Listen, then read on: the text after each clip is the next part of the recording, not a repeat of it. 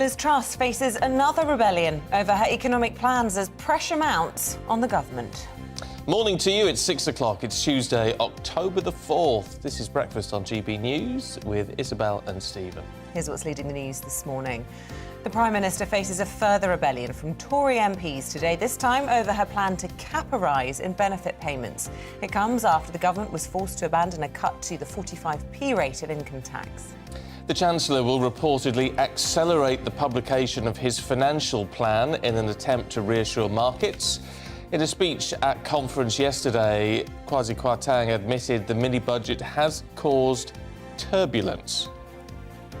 A new scheme to stop migrants crossing will be unveiled today by the Home Secretary. The proposals include new laws to make it easier to deport people entering the country illegally.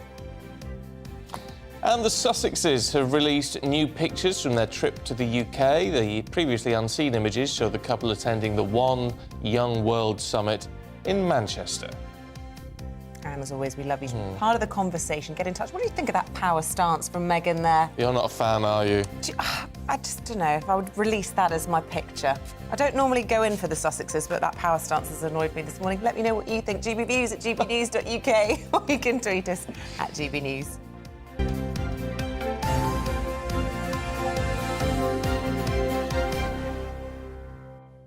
So our main news this morning, and the Prime Minister is facing another rebellion over the government's controversial mini-budget as day 3 of Conservative Party conference begins. It follows yesterday's U-turn by the Chancellor abandoning the cut to 45p tax rate. For more on yesterday's dramatic developments, our political reporter Catherine Forster sent this report. Evening, Prime Minister. Only 4 weeks into her premiership, Liz Truss swept in, saying she didn't care about being unpopular. And on Sunday, she doubled down on the plan to cut the top rate of income tax from 45p. She and the Chancellor Kwasi Kwarteng were not for turning. Until they did. As the sun came up over the second day of party conference in Birmingham, attendees woke to a tweet from the Chancellor admitting they had got it. They had listened. The cut was not going ahead. The Prime Minister tagged along in a similar fashion, outlining that she also got it. Michael Gove and Grant Shapps, 2 former cabinet ministers banished to the backbenchers by Truss, had led the charge among Tory MPs to stop the move. Polling showed the public were largely against it, rattling Conservatives in seats previously thought safe. Number 10 realised they didn't have the numbers to get it through Parliament. Whilst the move may have eased some Tory nerves, Shadow Chancellor Rachel Reeves warned the damage was already done. The government now need to get a grip. They should reverse their budget, recall Parliament to do so, and rethink their whole approach, which is doing such damage to ordinary working people and businesses across our country. So all eyes were on the Chancellor as he made his speech to conference. What a day. It has been tough, but we need to focus on the job in hand. The plan put forward only 10 days ago has caused a little turbulence. I get it. We are listening and have listened. That is why, shortly, we will publish our medium-term fiscal plan, setting out our approach more fully. MPs are relieved that what many saw as a politically toxic policy is gone. But the party is still divided, and some see the U-turn as a sign of weakness. Liz Truss, it turns out, can and does turn. And there are limits to how unpopular even she is willing to be. Kwarteng and Truss will hope they can move on from this, build back support and prove their critics wrong. Catherine Forster, GB News. So what can we expect from today's Conservative Party conference in Birmingham? Our political editor Darren McCaffrey sent this update. Well, we're into the third day of Conservative Party conference here in Birmingham, and it must be said, unsurprisingly, it is the economy that continues to dominate after that somewhat humiliating U-turn the Chancellor was forced to do yesterday. It seems that there are even more changes from the government ahead, with reports that Kwasi Kwarteng is going to bring forward that medium-term fiscal plan that had been promised by November 23rd to later on this month. Now, opposition parties, those in the market, even those within the Conservative Party, were suggesting it was not sustainable for the Chancellor to wait that long to set out essentially how many of these tax cuts and indeed that energy price cap freeze would be paid for. and what other reforms and changes the government were planning to make. It seems that the Chancellor yet again has bowed to pressure and that plan will be brought forward. Meanwhile, away from economics, it is the Foreign Secretary who is the main speaker at the conference later on today. James Cleverly will be talking, unsurprisingly, about Ukraine and how the UK has the strategic endurance to support Ukraine in its victory, he argues, over Vladimir Putin. In a speech later on to the conference, he will say that we are not commentators, we are players on the pitch making a difference, promoting our values and competing on the world stage for what we believe is right. And that Ukraine, with the help, the military aid from the UK and others, can defeat Vladimir Putin and Russia in that war. James Cleverly, of course, a new Foreign Secretary, but someone who has said that the UK's steadfast commitment to Ukraine has been consistent and will continue under the new government. I'm also speaking to the Prime Minister a little bit later on in an interview with GB News, and we'll be playing that out this afternoon, so you won't want to miss that. We'll be talking about a whole range of issues, but you've got anything that you'd like to talk us about, do get in touch. gbviews@gbnews.uk. We'll try and put your questions to the Prime Minister a little later on as well. Yeah, don't miss that opportunity. Fantastic. Let's talk now to the journalist and author Ross Clark, who joins us. Ross, morning to you. Can we kick off with the Chancellor yesterday? Because, I mean, we heard a lot from him, but what we didn't hear was how he's going to balance the books. No, exactly. I mean, he's proposing to tell us that later this month sometime. He announces fiscal plans. But, I mean, markets are not interested in whether it's fair or unfair for wealthy people to pay 45% tax. That's Labour's obsession, it's Michael Gove's obsession, but what markets are concerned about is whether Britain has sustainable fiscal plans, whether, in the long term we can balance the books, we can match revenue with income. No UK government has managed this now in 20 years, and every year we go by with a deficit, we pile more on debt, and we have to persuade investors to buy that debt, and it becomes ever more difficult when you have a government that's spending vastly more than it's receiving in revenue. So, I mean, that was a big thing missing from Kwasi Kwarteng's speech yesterday is, what does he think on this? You remember, go back 12 years when the coalition was formed, Cameron and Osborne were leading a fiscal policy then, and, balancing the books, that was the obsession, they mentioned at every occasion, every budget was, supposedly designed to work towards that, eliminating the deficit. Now the government's just not sort of talking about this at all, and it just can't go on because, as we've seen over the past week, investors lose patience. They demand ever higher rates of interest to lend money to the UK government, and the pound sinks, and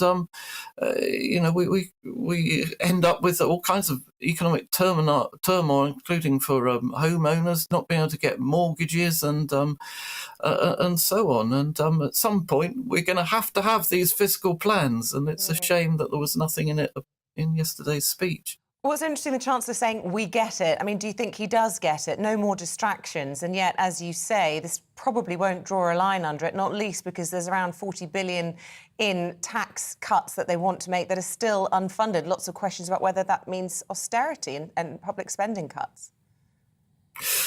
Well, yes, exactly. I mean, Kwasi Kwarteng yesterday, he addressed, if you like, the sort of political problems, the optics of this 45% to 40% tax reduction were appalling. But yes, he has not addressed the wider economic issues which are infecting global markets. And until he does so, there will be problems in global markets. I remember only 3 years ago, the Conservatives won an 80-seat majority, partly because the public had been persuaded that Jeremy Corbyn's tax and spending plans were thoroughly irresponsible. Corbyn at the time was suggesting extra £80 billion in public spending, and people worried, well, where's he going to get this money from? The Conservatives under Boris Johnson were very triumphant in persuading that the public that Corbyn's spending plans were irresponsible, and yet here we are now with a Conservative government with an even more irresponsible tax and spending package, if you like.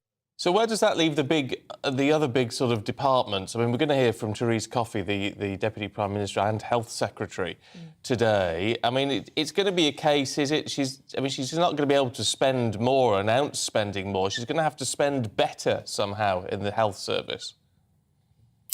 Well, not only that. I mean, some of the NHS budget is designed to disappear next year because, if you remember, we had this national insurance rise proposed by Rishi Sunak in the spring. Well, that has now gone.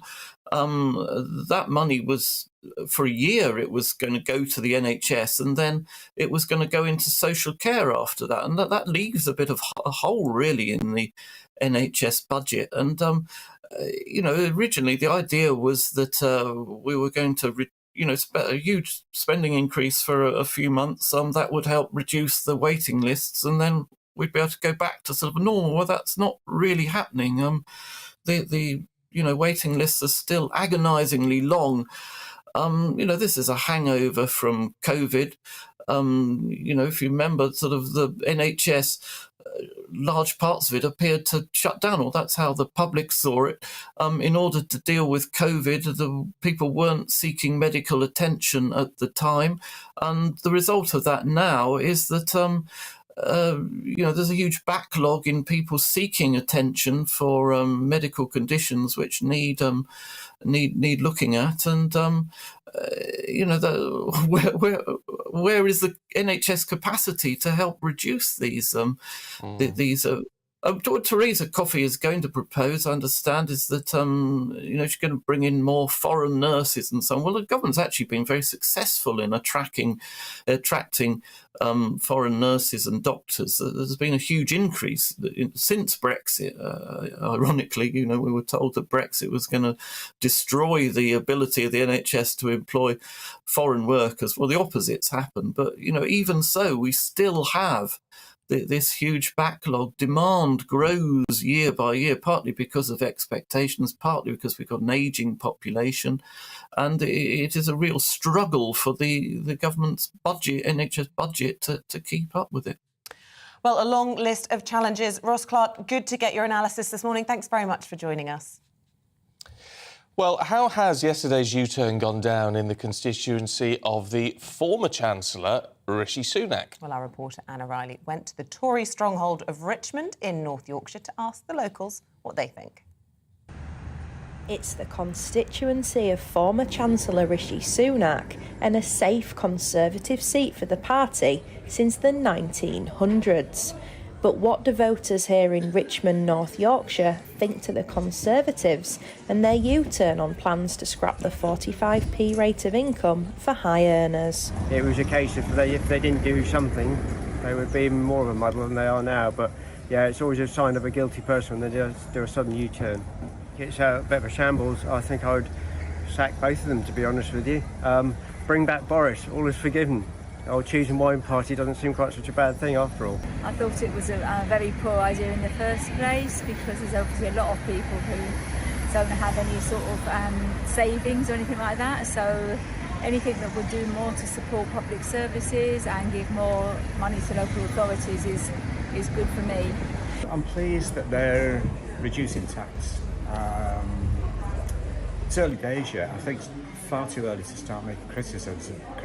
I think most criticism comes from people who are a bit out there, the nose put out of joint by the whole thing, personally. Well, they shouldn't have done that in the first place, and the government are rubbish, and they don't think about anybody who's got very limited income, and they're supposed to be levelling up. They seem to be levelling down.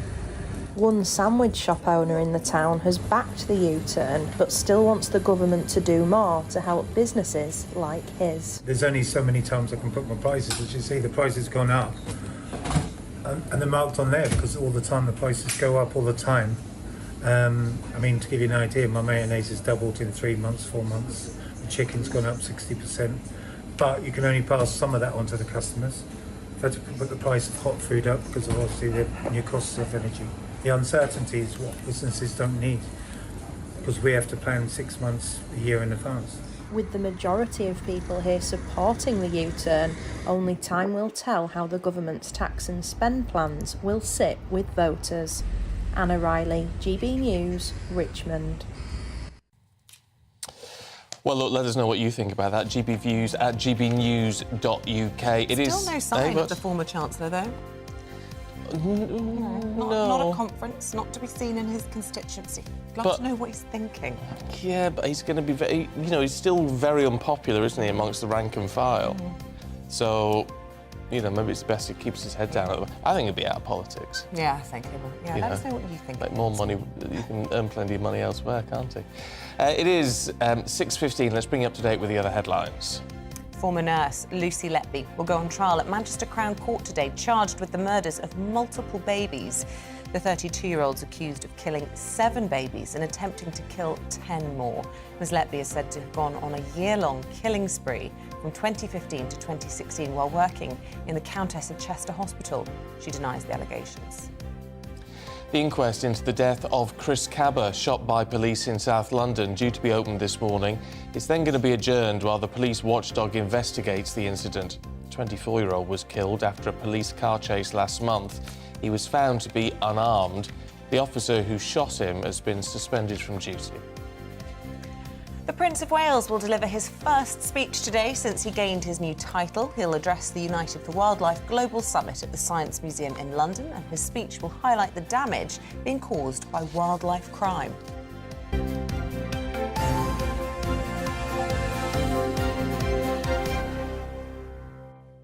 Now, because it's getting colder, now is the time that you do get a lot of spiders in the house. They come inside, don't they, to have their babies.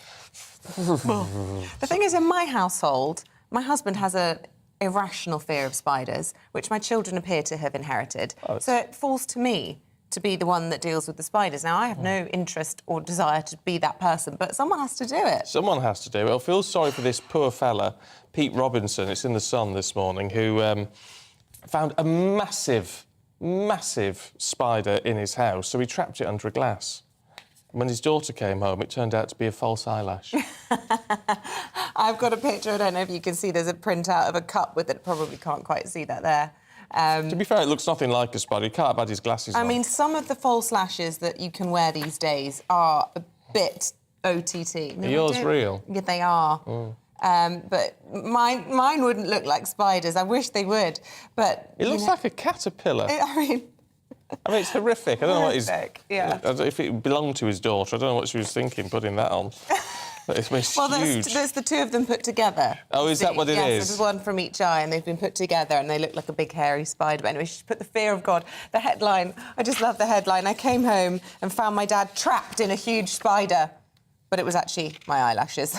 Yeah, well, look, let us know who deals with the spiders in your house, how you manage with it all, what do you do? I've got a gadget now. Have you? Yeah, we've had to invest in one of those really long sticks with the furry tweezers at the end. Furry tweezers? I don't know how you describe this. Is, the best I can do. And it scoops them up, doesn't hurt them, and then you go into the garden and it ejects them. And then they can eat all your flies in the garden, which is obviously a good thing, because spiders are actually good and important, but just not in the house, thanks. No, I know people say, yeah, have spiders to eat the flies. It's nice in Spain where they have geckos to eat the spiders. Exactly. Who's eating the spiders? Yeah, that's what you need. Look, GBViews, gbnews.uk for all of that, because it gives us something to smile about, which we all need this morning. Because coming up, I'm afraid it's not really much to smile about. We're going to be finding out how the skyrocketing cost of living is making the crisis in the care system even worse. First of all, though, here's your Tuesday forecast. Good morning, I'm Alex Deakin with your latest weather update from the Met Office. Wet weather pushing south today, although not reaching the southeast where it'll be fairly warm, and clearing from Scotland and Northern Ireland, so brighter skies developing here. But low pressure is controlling our weather, pushing away this area of high pressure that brought many a fine day on Monday. These weather fronts have made for a very wet night across western Scotland. Met Office yellow warning still in place here for the next few hours. But that rain is clearing away from western Scotland and Northern Ireland, eventually pulling away from the central belt too. So brighter skies for Scotland and Northern Ireland, certainly by this afternoon. Fairly dull, damp afternoon for northwest England and Wales. Any early drizzle across East Anglia in the southeast should clear. We'll have some brightness here and some warmth for the time of year. Temperatures well above average, maybe up to 20 Celsius.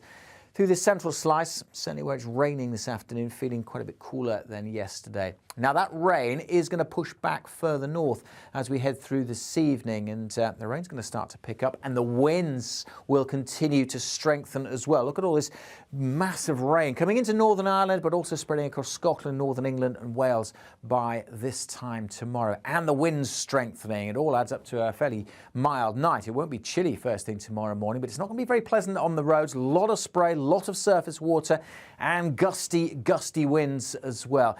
Eastern England may start dry, but even here that band of rain will swing through. It should zip through fairly smartly. The heavy rain will take a while to clear from northern Scotland.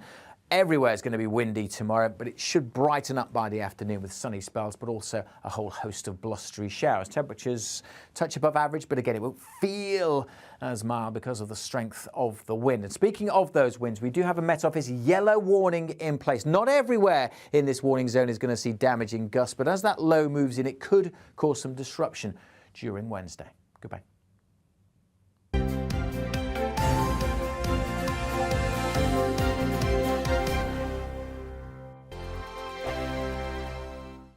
Weekday afternoons on GB News, we've got the whole of the UK covered. From 12 to 3, it's GB News Day with me, Mark Longhurst. And me, Gloria Di Piero. You'll get the very latest on everything that's been going on across our great nation. And from 3 till 6, watch out for GB News Live with me, Patrick Christys. I'm not here to mess around. With all the biggest topics and guests, you will always be up to date. GB News Day and GB News Live from 12 p.m. Only on GB News. The People's Channel, Britain's news channel. Hello there, it's Eamonn Holmes here from Breakfast on GB News. We're not just on your television and your screens, you know. We're on DAB plus digital radio, so you can listen to your favourite shows on the move. If you've not yet listened to GB News Radio, it's very simple. We're on your radio player and TuneIn apps, on your smart speaker, phone or tablet, or online at gbnews.uk. Take us with you wherever you go. GB News Radio. You never have to miss a moment of the People's Channel. Join my show Farage, 7 p.m. till 8 p.m. Monday through Thursday. And there you will get opinion, analysis, debate, and I'll cover stories that nobody else dares to touch. You've been cancelled. Join the club. Oh my goodness me. And then for the last 15 minutes, talking pints. We're over a drink. We have a civilised conversation with someone. We very often disagree, but we do it in a grown-up way. Come and join me on Farage. Hello, I'm Simon Evans. Join me on GB News for Headliners at 11 p.m, where I'll be joined by two of the country's top comedians as we take a look at tomorrow's newspapers tonight. If it's a big story, we'll be covering it, I guarantee, but we'll also have some fun along the way. That's GB News Headliners at 11 p.m. We won't put you to sleep, unlike some of the other paper review shows out there. So join us, 11 p.m, 7 nights a week.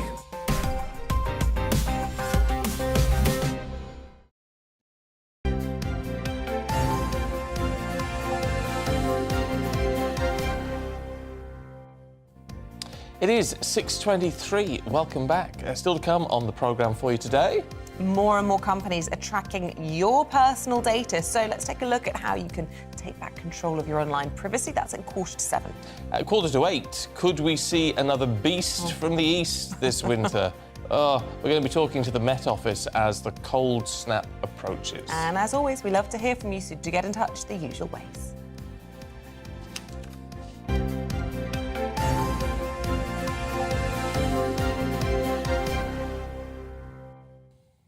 Les in Prestatyn's been in touch. Morning, Les. Because we're talking about the NHS one and what Therese Coffey's going to talk about today at conference. And I've never understood how it is that an NHS doctor or consultant can carry out private consultations. Where do they get their time to do so when they're a full-time NHS worker? I think that's a very fair question. I don't know. Yeah. But yeah, all your private weekends and consultants, evenings, I don't know. But if you do go for a private appointment, it's never weekends or evenings, is it? No. It's a good point. Yeah, I don't know how that we're works. talking this morning about a new study. It's over a quarter of care workers, and it says they are likely to leave the industry within the next year, with the cost of living being the main factor in that decision. Well, let's talk to the CEO of New Cross Healthcare, Stephen Patrick, who conducted the survey along with YouGov. Morning to you. I mean, this is pretty disturbing. Why are people really leaving in such numbers? Well, our studies suggesting, the YouGov study, is that a lot of this is obviously down to cost of living, as you was already saying. People are finding it very hard to live on the average wage that they're getting within the social care, but it's also it's a workforce issue. So we have a lot of people are leaving because simply they can't take the work that they've got because they aren't able to provide the type of care that they joined the social care sector to provide. So a lot of it is all around recruitment and retention of staff, and a lot of that, I'm afraid to say, comes down to how much we're paying them. Issue of recruitment. Our previous guest was saying that the government's been incredibly successful post-Brexit in attracting international nurses and doctors to the UK and to the NHS. Is that not happening in the care sector? Well, I think there's such a huge demand in the care sector. I mean, I think the NHS has got 136,000 vacancies. It's a huge amount of vacancies, just the NHS. Social care sector has got that as well. I think 84% of care home establishments that we spoke to have a recruitment crisis. So we can recruit from abroad if it's an ethical way. Of course, there are some countries that you wouldn't really want to recruit because you're taking away the intellectual capital and the skills with that country. But there are countries you can, and it can be effective. But this is something that we're not going to be able to plug long term by just recruiting people from abroad.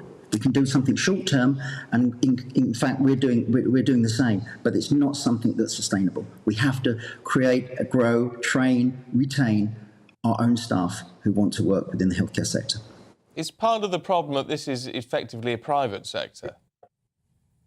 The problem is throughout public or private sector. I mean, the NHS has got problems, nursing homes have got problems, care establishments have got problems. This is right across the board, not-for-profit organisations. Everyone is in the same position of not being able to retain and attract enough staff. That's generally speaking. We as an organisation are very lucky and fortunate, because there are people who do want to join, but you have to create the right environment, you have to pay them right, training, education, support, mental health support, very, very important, and that's something that we're doing as an organisation. I mean, last week we had over 5,500 applications to join us, so there are people who want to join. Within our survey, 23% of people who were surveyed of working age said they would like to join us. That's 6.4 million people would be interested in joining or entering the healthcare sector. So there is a demand. We need to find the right way of retaining and retention, because we've got a lot of people leaving as well. Yeah, and look, it's an absolutely fantastic way of easing the pressure on the NHS as well, identified absolutely fundamentally by Boris Johnson, who wanted to increase national insurance to try and sort out the whole sector, arguably derailed by COVID. And now we know, in the last 9 days since that mini-budget, that rise in national insurance has been scrapped by the Truss administration. Are you disappointed by that? And what do you want to hear from the Health Secretary, Therese Coffey, today when she stands up at conference? The social care sector and the NHS need more money. I know no one likes to keep hearing about that, but it needs more money. It's underfunded. But also, I think there are opportunities to redistribute where the money is being spent. So I think there's some short, medium, and long-term options. The short-term option is we've got to deal with the recruitment crisis. We have to pay our staff more, and we have to be able to retain them by providing the right type of training and support. Once we're starting to do that, I think medium and longer term, we need to look at how we're looking after people. We know 1 in 7 beds in the NHS are filled with people who shouldn't be there. That's £5 million a day. It's about 1.6 billion a year. So there are things that we can do to save the NHS and obviously the taxpayers' money by realigning where we're spending that money. And I think, the provision of home clinic or care at home is something that within our study, we found 84% of people would prefer to be looked after at home. So there's a lot of opportunities where we can maybe move people out of the hospital, and even where procedures where you would normally have procedures in a hospital, you could have those procedures at home with new technology now. The technology is available now. So we could provide a lot of care in the home. So perhaps instead of building hospitals and bricks and mortar, we could actually spend that money on treating people. And I think it's a big turn and it's a big change from an organisation that's, the NHS, of course, looking traditionally have been building hospitals. That's the future. But I think the future now is going to be very much at home. I know people are talking about it, but there needs to be real concerted action now to transition over. We know that by 2034, the requirement of social care is going to grow by over 27%. Our ageing population, people over 65, are going to be substantially more than they are today. So we know costs are going up, whether we like it or not. So I think this is an opportunity where we redefine, as a society, what we want from the NHS, what we want from social care moving forward. OK. Stephen, good to talk to you. Thank you very much indeed. Thank you. I mean, it's been the bane of many lives, hasn't it? Many politicians' lives, all of this, trying to come out with a solution to this. I mean, Theresa May had the old, what was dubbed the dementia tax, wasn't it? And but that didn't, obviously, that got U-turned on. But we're going to, if you want all of that, and it sounds great, got to pay for it. Yeah. Well, you know, while Stephen and we can't afford to pay for it, well, can we? that's the problem, yeah, especially not at the moment.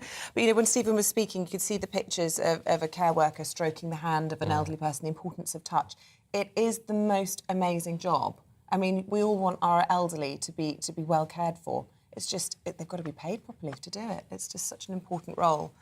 Let us know your thoughts, as always. After the break, we're going through your Tuesday morning newspapers today. We're joined by Norman Baker and Emma Wolfe. See you in a moment.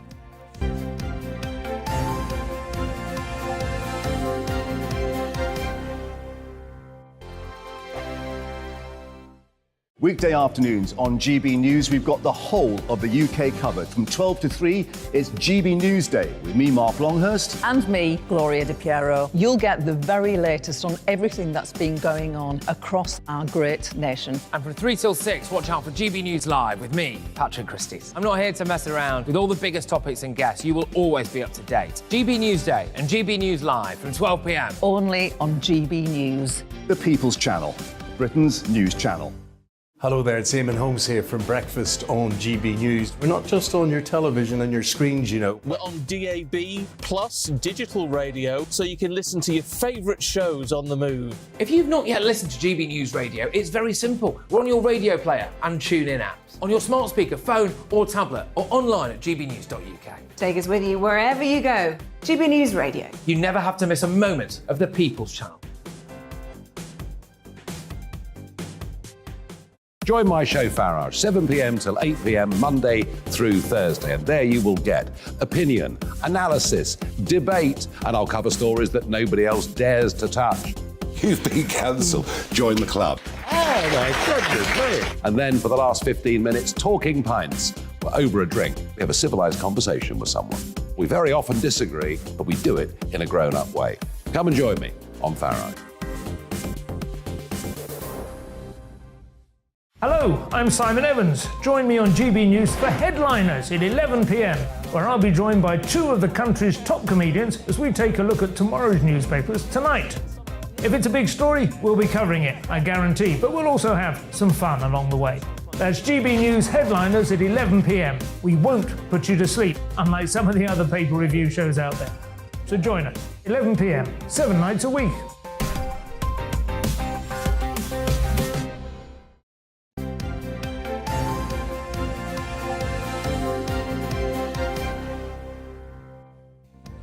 .33 morning to you. This is Breakfast with Stephen and Isabel. Let's bring you up to date with the headlines. The Chancellor says it's now time to get Britain moving, hours after announcing a U-turn on tax cuts for the wealthiest. Addressing the Conservative Party conference yesterday, Kwasi Kwarteng acknowledged it's been a tough day and promised there'd be no more distractions. He's set to publish his medium-term fiscal plan later this month, having previously said he'd wait until the end of November. The Home Secretary is considering new laws to make it easier to deport people who come to the UK illegally. In a speech at conference later, Suella Braverman will promise to allow immigration that grows the economy but end the abuse of the rules. She's also expected to call on France to stop more boats from crossing the channel. In Scotland, more than 3,600 people waited over 8 hours for an ambulance, according to figures. Around 45 people in the amber category waited longer than 8 hours, according to figures. The vast majority of the people were in the lowest yellow category.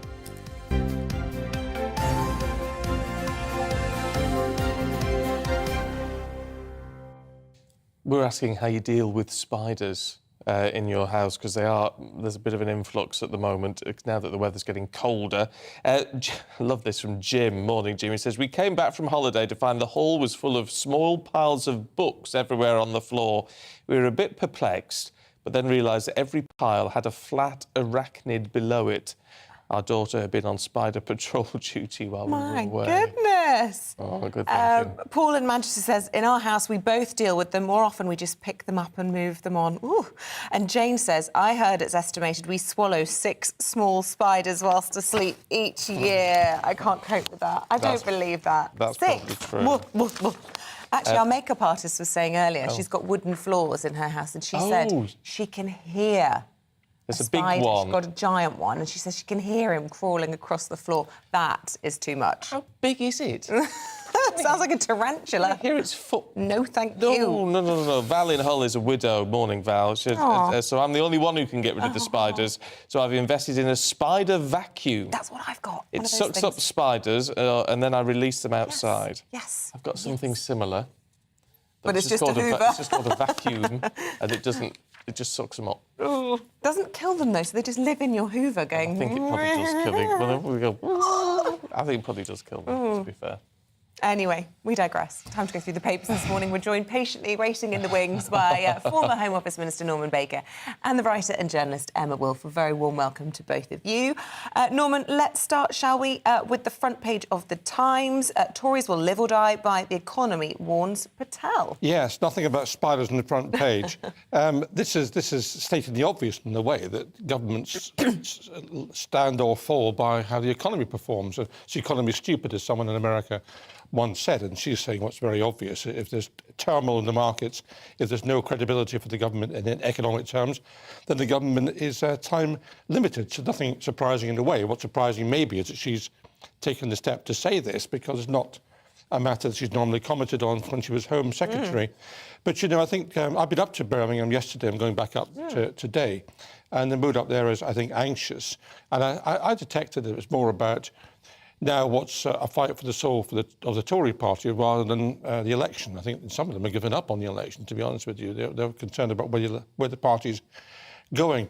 But I have to say that, you know, if you look at the election for Tory party leader, therefore for Prime Minister, let's bear in mind that Liz Truss was the first Tory leader not to have a majority of Tory MPs voting for her. And it would have been therefore sensible in political terms, I think, for her to have reached out to Rishi Sunak's supporters and tried to get some sort of cross arrangement within government which brought in all sides to the Conservative Party. That would have been a sensible approach.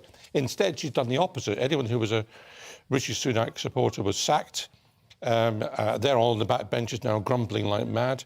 And she's got very little support from people that she's upset. There's a lack of common sense. There's a lack of common sense. It's just basic political naivety, or is it arrogance, or is it? I mean, well, I think it's poor judgment. It's all those things actually, and certainly arrogance, and the idea that she can push through, which has now been pulled, of course, the 45p tax rate being reduced, when it wasn't even mentioned in the debates between her and Rishi Sunak. I think it was a serious misjudgment. She's now got Nadine Dorries, who was supposed to be on board with her, saying that she's thrown the Chancellor under a bus.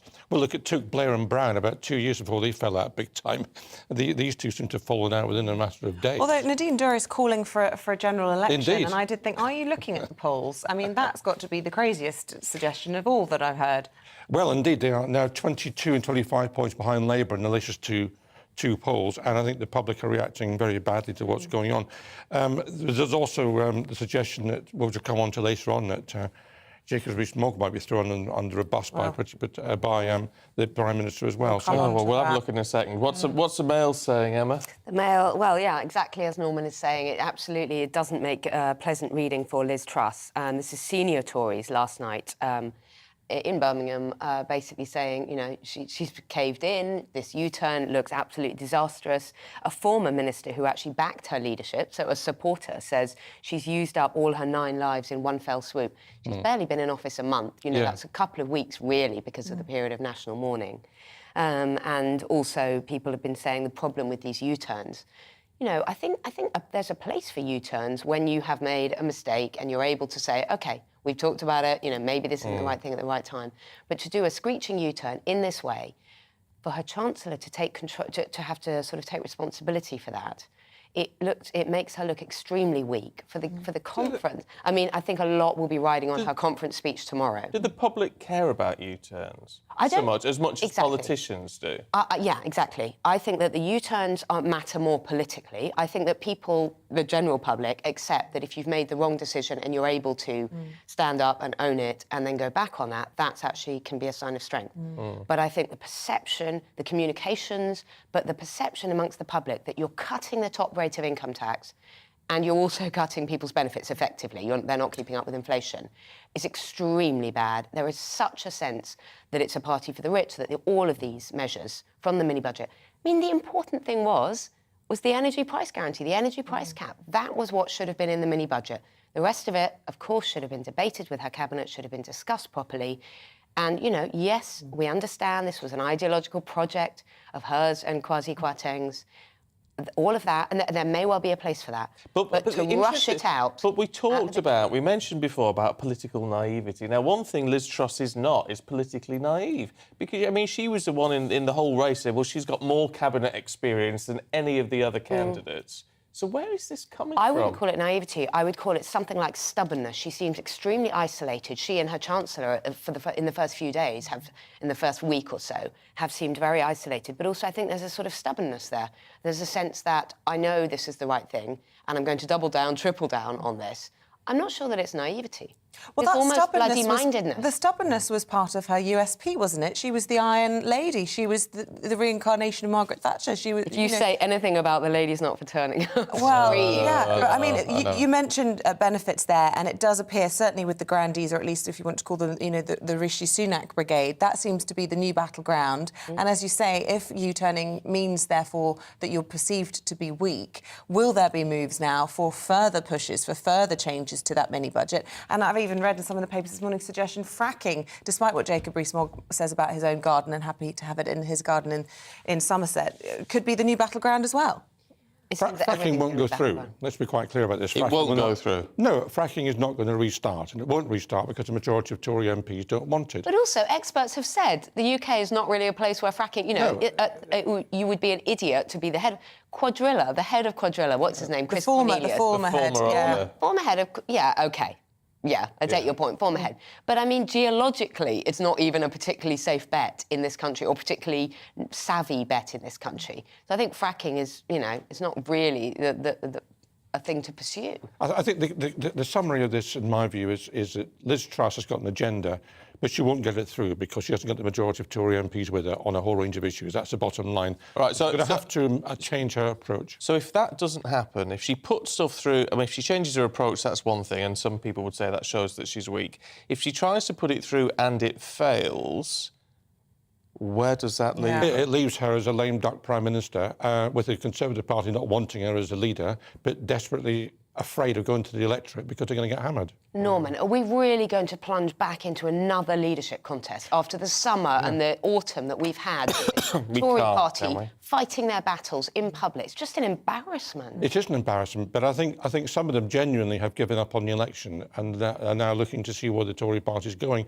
It's a bit like the Labour Party was, you know, at the end of the Brown era. That's where but I mean, when you say where the Tory party's going, I mean, they'll always say we are a broad church and we've always had, you know, for goodness sake, for years argued over Europe and managed to stay united. You don't see any fragmentation of the Conservative. I don't see the Tory party splitting, but what I do see is a battle to reassert where the majority of Tory MPs believe they should be, and it's not where they are at the moment. What was this about Rees-Mogg then in the FT, Norman? I mean, he's an interesting figure as well, because I mean, the darling of the party, according to some, and yet number 10 the FT claims, again, now throwing him under the bus. Well, I mean, look, it's deeply unpleasant and unattractive, to be perfectly frank with you, for someone like Jacob Rees-Mogg, who's extremely rich and benefiting from hedge funds and everything else, to argue that those at the top end need tax cuts in order to incentivise. I mean, those at the bottom end should jolly well price themselves into work, which is essentially what he's saying. And this is his agenda, which apparently Liz Truss has now thrown him under the bus. A lot of buses coming down Downing Street at the moment. No problems with the bus infrastructure. Speaking as a former buses minister. And he's proposing, apparently, which she's now balked at, the idea of rolling back the maximum number of hours people can work, the other protections in law against being sacked unfairly and so on. And she's, I think, apparently, according to the FT, said enough's enough, we're not having that. Well, the one I've underlined here, apparently he wanted to scrap the corporate reporting requirement for the gender pay gap. Let us know your thoughts about that. I mean, I don't see how that's a saving or an efficiency or what that does other than dogma. Equality, yeah. The gender pay gap thing is strange, though, isn't it? Because it's not as we think it is. It's not about whether people are being paid the same amount for the same job. It's how many... It's different, isn't it, Norman? Well, there is a bit about whether people are paid the same amount for the same job. Because that's an equality issue, which is different to the gender pay gap. But it's a bit of a distraction anyway, to be honest with you. It's a minor issue. And really, the government should be concentrating on big issues, not things like that. Yeah. Meanwhile, in the Telegraph...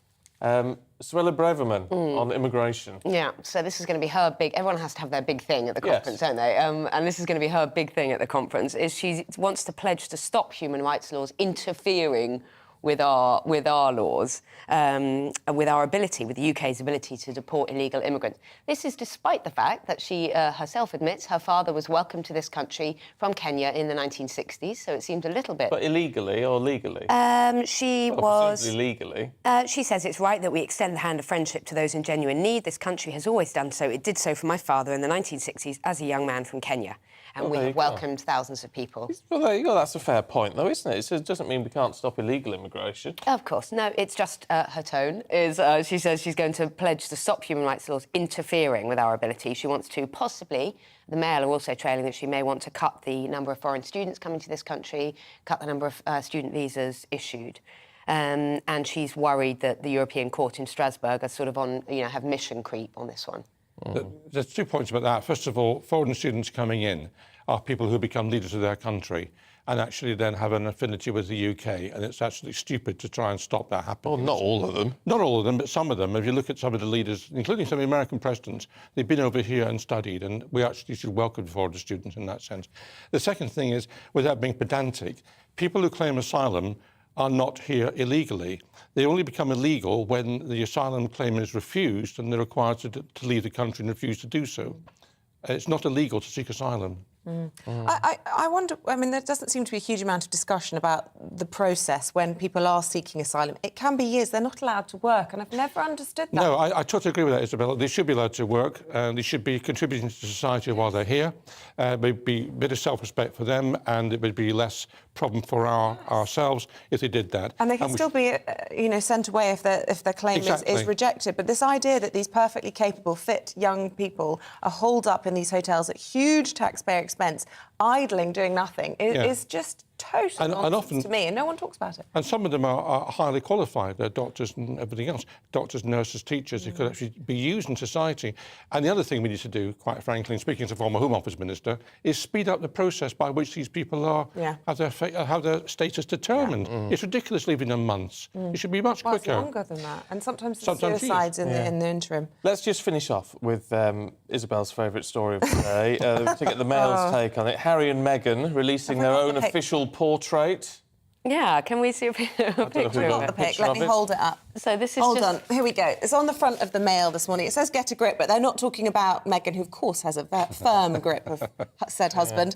But it's the way she stands, Isabel doesn't like her stance. I don't like her stance, I have to say. I'm so glad. And I don't like the... Oh dear, let's not start on Meghan. But I don't like the way she always holds Harry's hand. It's a very power woman pose thing. Yes. Yeah, the pantsuit, everything. I'm afraid I don't like... What do you think, Norman? It's a bit like John and Yoko, I think is how it is. Yes, very... Do you really think that? Yeah, I think she's running the show. She's running the show. You think? She's wearing the pants.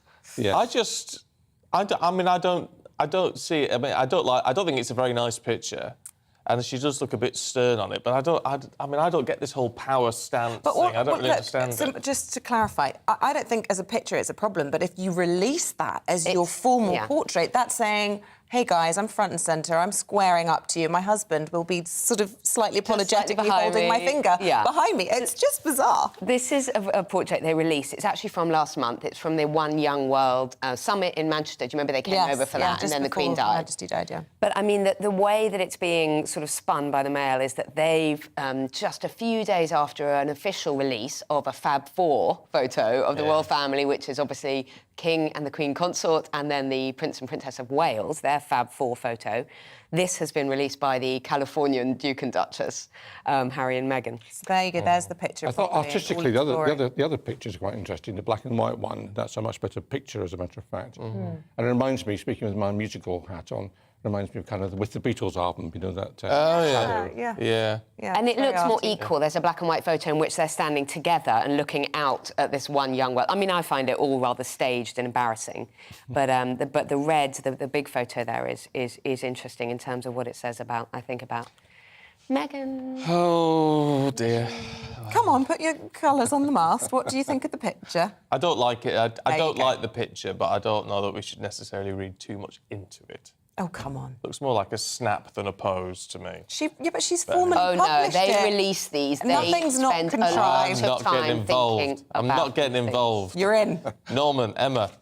It's been a pleasure. Go and debate it yourselves. We'll see you in an hour. We'll see you again at 7:30. Now, many of us have changed our shopping habits over the past few years, buying online rather than hitting the high street. But how much personal information do we then give away when we click on that buy button? Well, some companies are able to track your purchases and use your data to get you to buy more. So how can you protect your all-important privacy? Joining us now is consumer champion and tech expert David McLennan. Good morning to you. What are your top tips on this? Because so often you're asked at the till, would you like a receipt or would you like us to email it? And I feel like it's a trick. I never want the email, but I don't want the paper either. But they'll get you every way.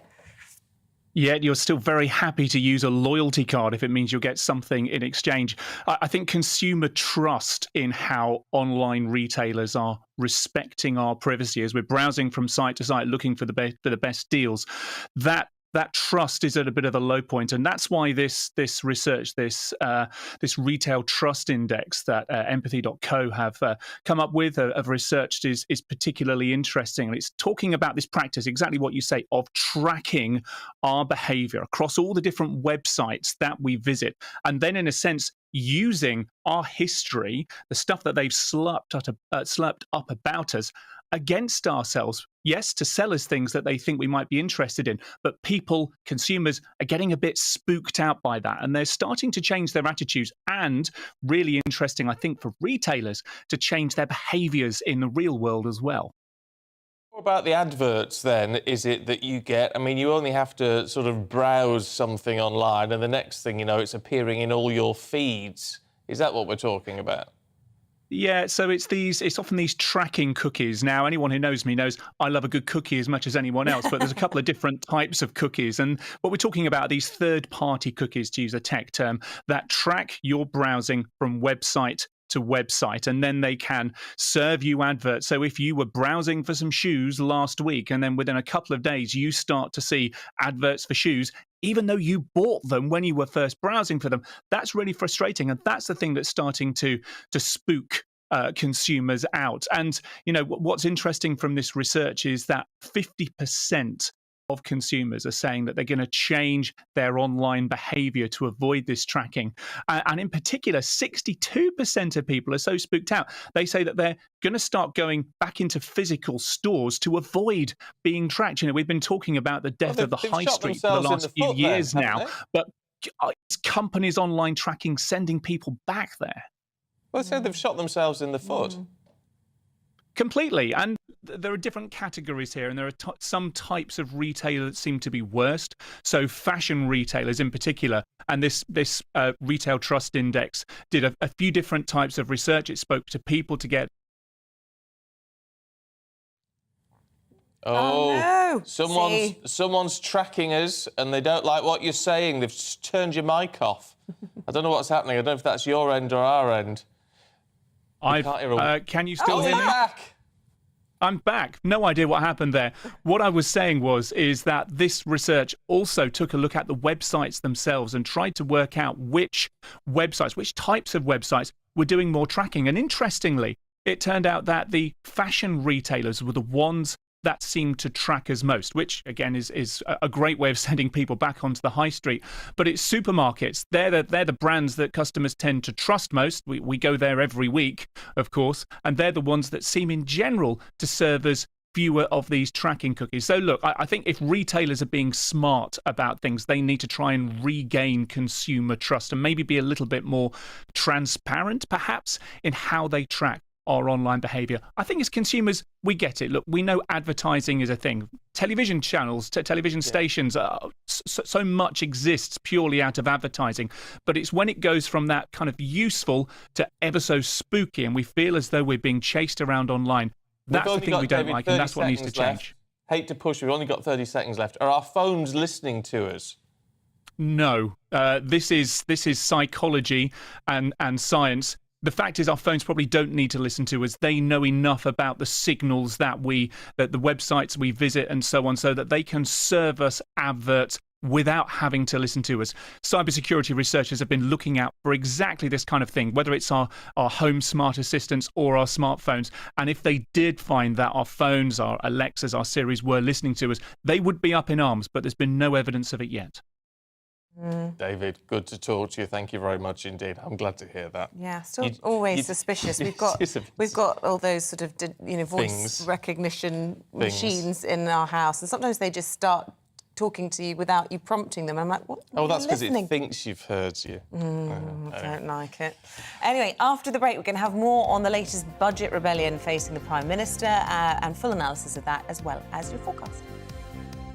Good morning, I'm Alex Deakin with your latest weather update from the Met Office. Wet weather pushing south today, although not reaching the southeast where it'll be fairly warm, and clearing from Scotland and Northern Ireland, so brighter skies developing here. But low pressure is controlling our weather, pushing away this area of high pressure that brought many a fine day on Monday. These weather fronts have made for a very wet night across western Scotland. Met Office yellow warning still in place here for the next few hours, but that rain is clearing away from western Scotland and Northern Ireland, eventually pulling away from the central belt too. So brighter skies for Scotland and Northern Ireland, certainly by this afternoon. Fairly dull, damp afternoon for northwest England and Wales. Any early drizzle across East Anglia and the southeast should clear. We'll have some brightness here and some warmth for the time of year. Temperatures well above average, maybe up to 20 Celsius. Through this central slice, certainly where it's raining this afternoon, feeling quite a bit cooler than yesterday. Now that rain is going to push back further north as we head through this evening, and the rain's going to start to pick up and the winds will continue to strengthen as well. Look at all this massive rain coming into Northern Ireland, but also spreading across Scotland, Northern England and Wales by this time tomorrow. And the winds strengthening. It all adds up to a fairly mild night. It won't be chilly first thing tomorrow morning, but it's not going to be very pleasant on the roads. A lot of spray, a lot of surface water and gusty winds as well. Eastern England may start dry, but even here that band of rain will swing through. It should zip through fairly smartly. The heavy rain will take a while to clear from northern Scotland. Everywhere is going to be windy tomorrow, but it should brighten up by the afternoon with sunny spells, but also a whole host of blustery showers. Temperatures touch above average, but again, it won't feel as mild because of the strength of the wind. And speaking of those winds, we do have a Met Office yellow warning in place. Not everywhere in this warning zone is going to see damaging gusts, but as that low moves in, it could cause some disruption during Wednesday. Goodbye. Hello there, it's Eamonn Holmes here from Breakfast on GB News. We're not just on your television and your screens, you know. We're on DAB plus digital radio, so you can listen to your favourite shows on the move. If you've not yet listened to GB News Radio, it's very simple. We're on your radio player and tune-in apps, on your smart speaker, phone or tablet, or online at gbnews.uk. Take us with you wherever you go. GB News Radio. You never have to miss a moment of the People's Channel.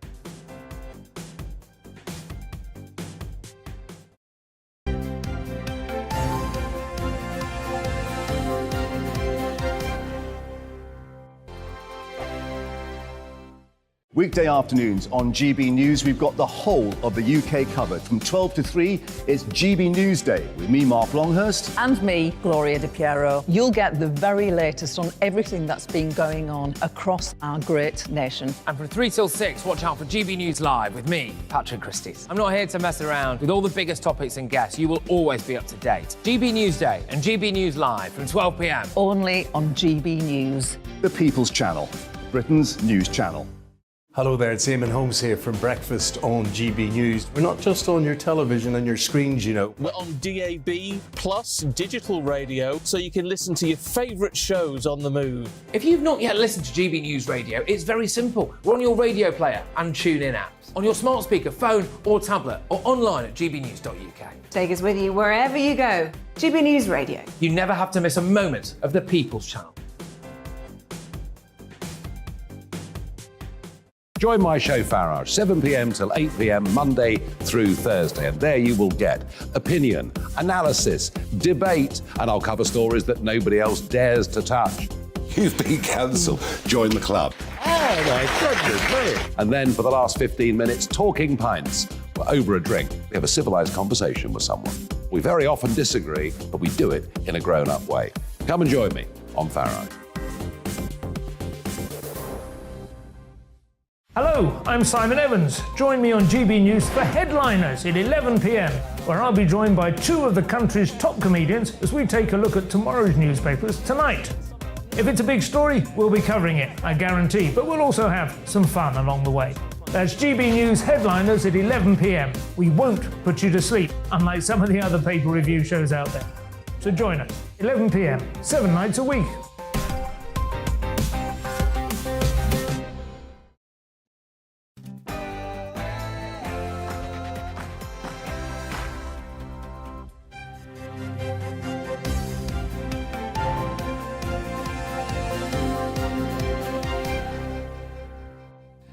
Liz Truss faces another rebellion over her economic plans as pressure mounts on the government once again. Good morning to you. It's just after 7 o'clock. It's Tuesday, the 4th of October. You're watching and listening to Breakfast on GB News with Isabel, Webster and Stephen Dixon. Here's what's leading the news for you this morning. The Prime Minister faces a further rebellion from Tory MPs today, possibly, this time over her plan to cap a rise in benefit payments. It comes after the government was forced to abandon a cut to the 45p rate of income tax. The Chancellor will reportedly accelerate the publication of his financial plan in an attempt to reassure markets. In a speech at conference yesterday, Kwarteng admitted that the mini-budget had caused turbulence. A new scheme to stop migrants crossing the Channel will be unveiled today by the Home Secretary. The proposals include new laws to make it easier to deport people entering the country illegally. And the Sussexes have released some new images from their recent trip to the UK. The previously unseen photos show the couple attending the One Young World Summit in Manchester last month. Isabel's going to get them framed. Would you? GB Views at gbnews.uk. Let us know.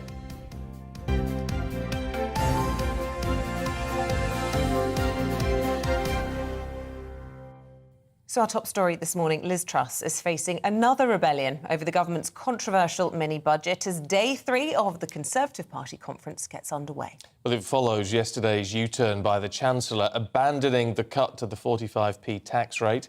Our political reporter Catherine Forster explains how yesterday's dramatic developments unfolded. Evening, Prime Minister. Only 4 weeks into her premiership, Liz Truss swept in, saying she didn't care about being unpopular. And on Sunday, she doubled down on the plan to cut the top rate of income tax from 45p. She and the Chancellor Kwasi Kwarteng were not for turning. Until they did. As the sun came up over the second day of party conference in Birmingham, attendees woke to a tweet from the Chancellor admitting they had got it. They had listened. The cut was not going ahead. The Prime Minister tagged along in a similar fashion, outlining that she also got it. Michael Gove and Grant Shapps, two former cabinet ministers banished to the backbenchers by Truss, had led the charge among Tory MPs to stop the move. Polling showed the public were largely against it, rattling Conservatives in seats previously thought safe. Number 10 realised they didn't have the numbers to get it through Parliament. Whilst the move may have eased some Tory nerves, Shadow Chancellor Rachel Reeves warned the damage was already done. The government now need to get a grip. They should reverse their budget, recall Parliament to do so, and rethink their whole approach, which is doing such damage to ordinary working people and businesses across our country. So all eyes were on the Chancellor as he made his speech to conference. What a day. It has been tough, but we need to focus on the job in hand. The plan put forward only 10 days ago has caused a little turbulence. I get it.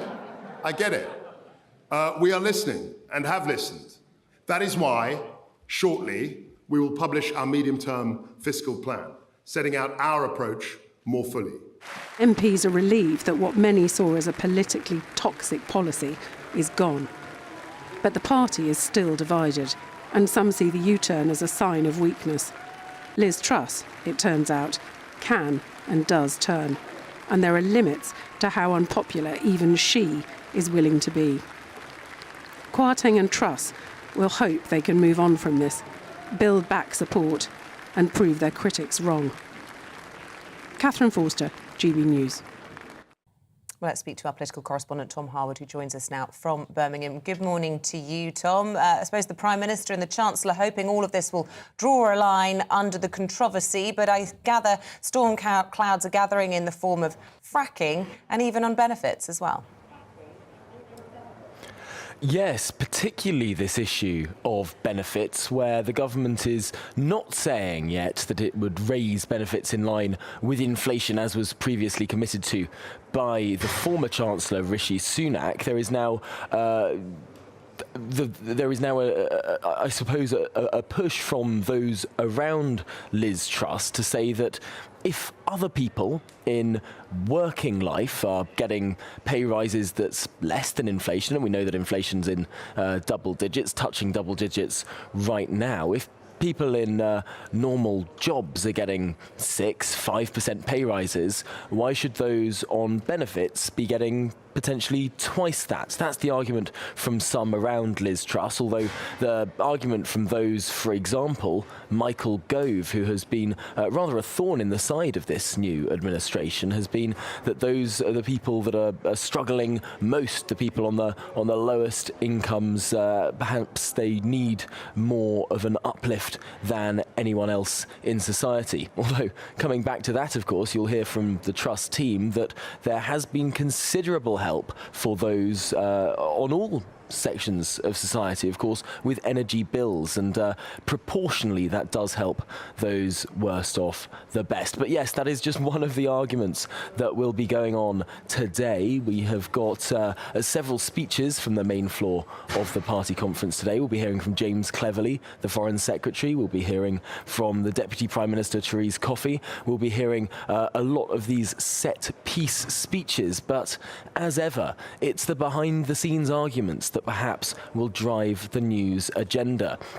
One other person we'll be hearing from, of course, is the new Home Secretary, Suella Braverman, who is expected to make some pretty seismic announcements on dealing with the small boats crisis, a crisis that has dogged continuous governments. So perhaps we will hear some new commitments there that might well please the party faithful, because it's fair to say that after the last 24 hours at this conference, this is a party that feels a little shaken, a little rocked, slightly different from how it felt on that very first day before the government U-turned on one of its signature pieces of its signature economic plan. There's a lot of credibility to build back, not just with the country, but with the party faithful as well. That will be the task of the Prime Minister and her cabinet ministers today.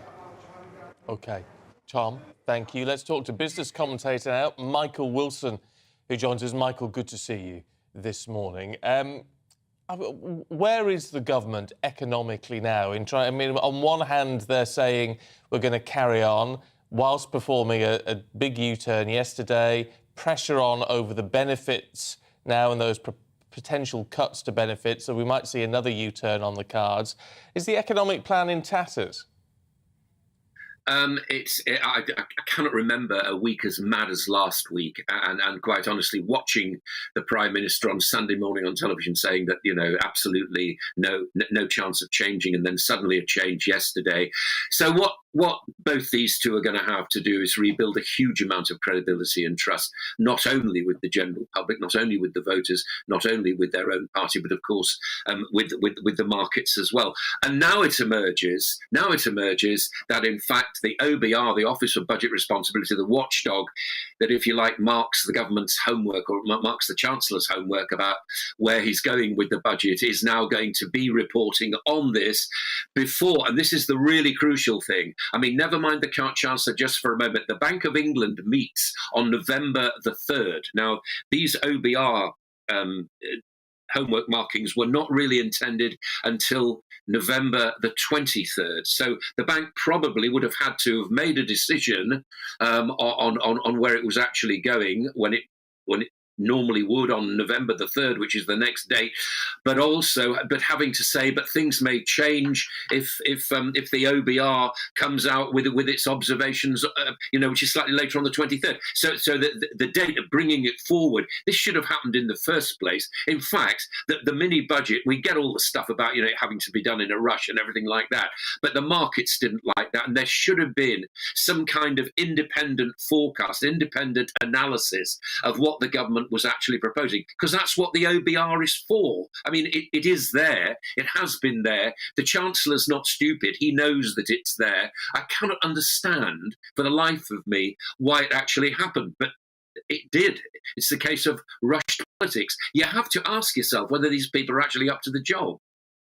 Well, he has brought forward his budget now to the end of the month, and we're told the OBR will also publish their report before then as well, all in time. It's not a budget. What he's bringing forward is he's bringing the fiscal statement, which is supported by the OBR, forward very, very slightly, and this is a fiscal analysis for the medium term. Now, honestly, if you ask people what the medium term actually is, I think what it means is about couple of years maybe. And when Gordon Brown was Chancellor, it used to be as long or as short as he actually made it in whichever budget speech he actually made. So what we're looking at is the homework is going to be marked, but it still won't happen. Now, it looks like the markets have come back very, very slightly. Sterling strengthened slightly overnight.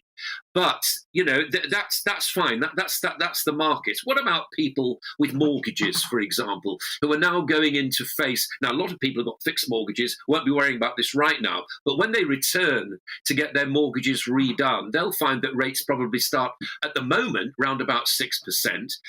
So the Chancellor's moves has added, I think it's about £1,500 a year to the average mortgage. Because mortgages are all different. People have got different kinds of schemes.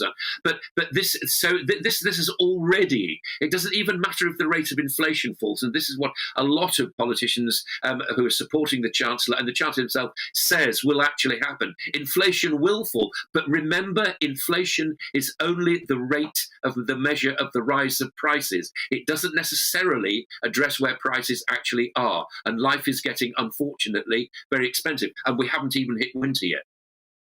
Okay, Michael, for now, thank you very much indeed. Yeah. That doesn't cheer us up, does No, it? it doesn't. I'm going to be perfectly honest. Yeah. That's all very depressing. Should we get some analysis on it? I just want to bring in William Atkinson now. He's back at conference for us this morning, a regular to the show and assistant editor at Conservative Home. And William, we were talking about the damage being done, in terms of interest rates, in terms of mortgages. Labour already getting political capital in all this, calling it the trust premium. I mean, will that be the legacy of this mini budget, that people will always associate it with making the cost of their mortgages and their rent more expensive? Yes, I think the slogan for this conference is getting Britain moving, and the only thing that the Chancellor and Prime Minister have so far succeeded on that front is getting voters moving away from the Conservative Party. The entire mishandling of the communication surrounding the mini-budget last week, well, just over last week, has so managed to both spook the markets and then also terrify voters that the government doesn't know what it's doing and has no control over the economy, but also is only doing things that either benefit the rich or make their lives more expensive, has done a severe damage to the Conservative Party's current appearance and I think also its polling prospects. So certainly I think the legacy of the mini-budget, rather than being the sort of dawn of a happy new free market age, as the Chancellor and Prime Minister might have hoped, has instead been to tarnish the Conservative Party's reputation for economic credibility. Interesting, because what you didn't say in that was that it was a bad budget, that actually the ideas themselves were bad. It was all, your comment was all about the communication surrounding it. So what do you actually think of the plans in and of themselves?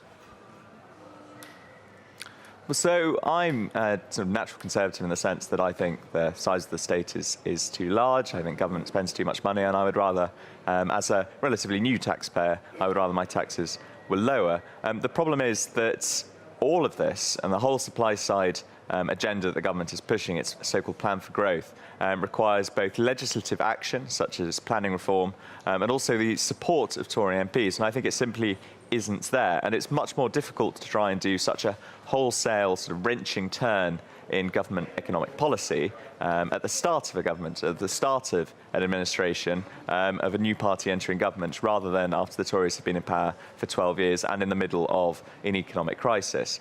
So I think the problem is that the Chancellor tried to do too much too quickly and wasn't actually aware of the political realities in which he was, should we say, trapped.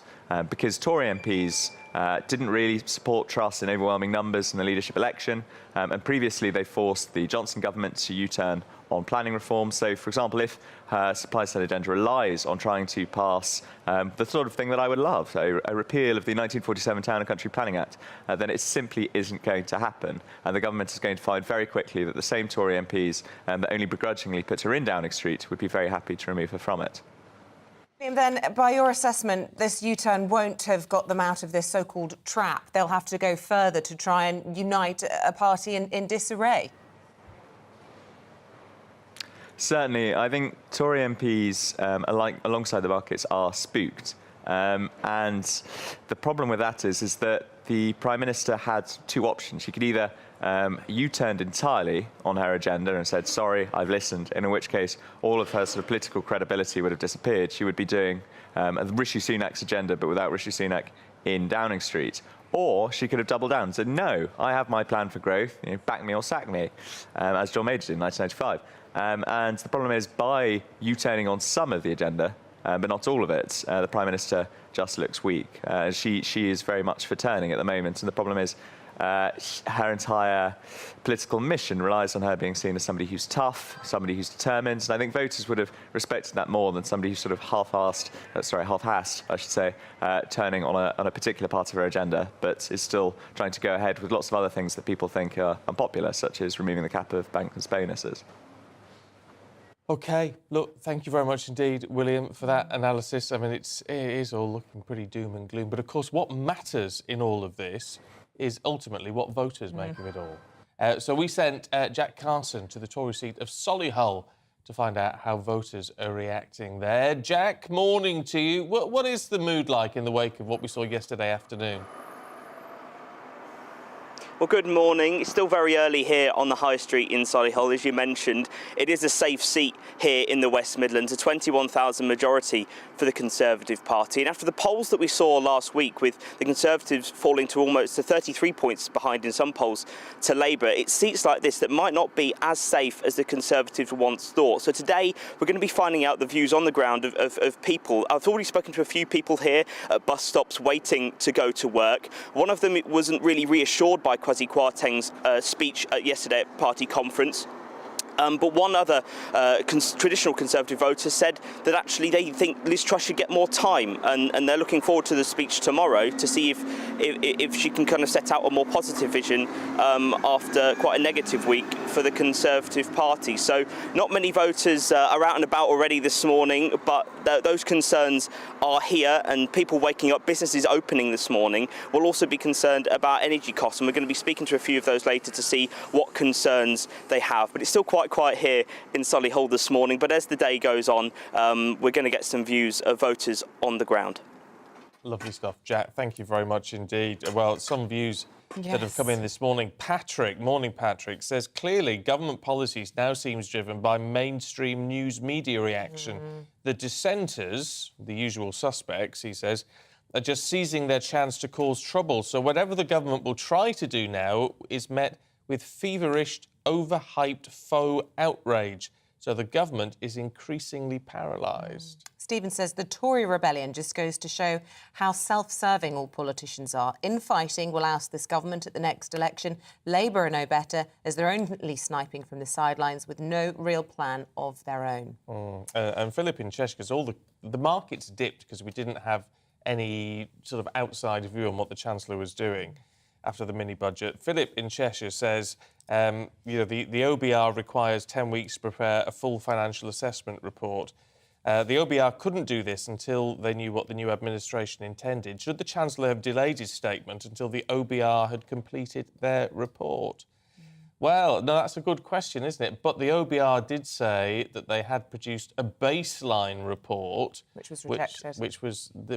They didn't publish it. They refused to publish it. The government refused to publish it.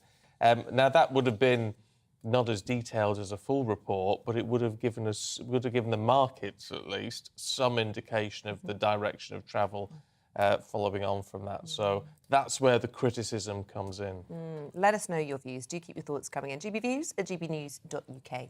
It is 7:20. Let's bring you up to date with the headlines on TV, on radio and online. And former nurse Lucy Letby will go on trial at Manchester Crown Court today, charged with the murders of multiple babies. The 32-year-old is accused of killing 7 babies and attempting to kill 10 more. She denies all the allegations. The inquest into the death of Chris Carber, who was shot by police in South London, is due to be opened this morning. It'll then be adjourned while the police watchdog investigates the incident. The 24-year-old was killed after a police car chase last month. He was unarmed. The officer who shot him has been suspended from duty. The Prince of Wales will deliver his first speech today since he gained his new title. He'll address the United for Wildlife Global Summit at the Science Museum in London. His speech will highlight the damage caused by wildlife crime.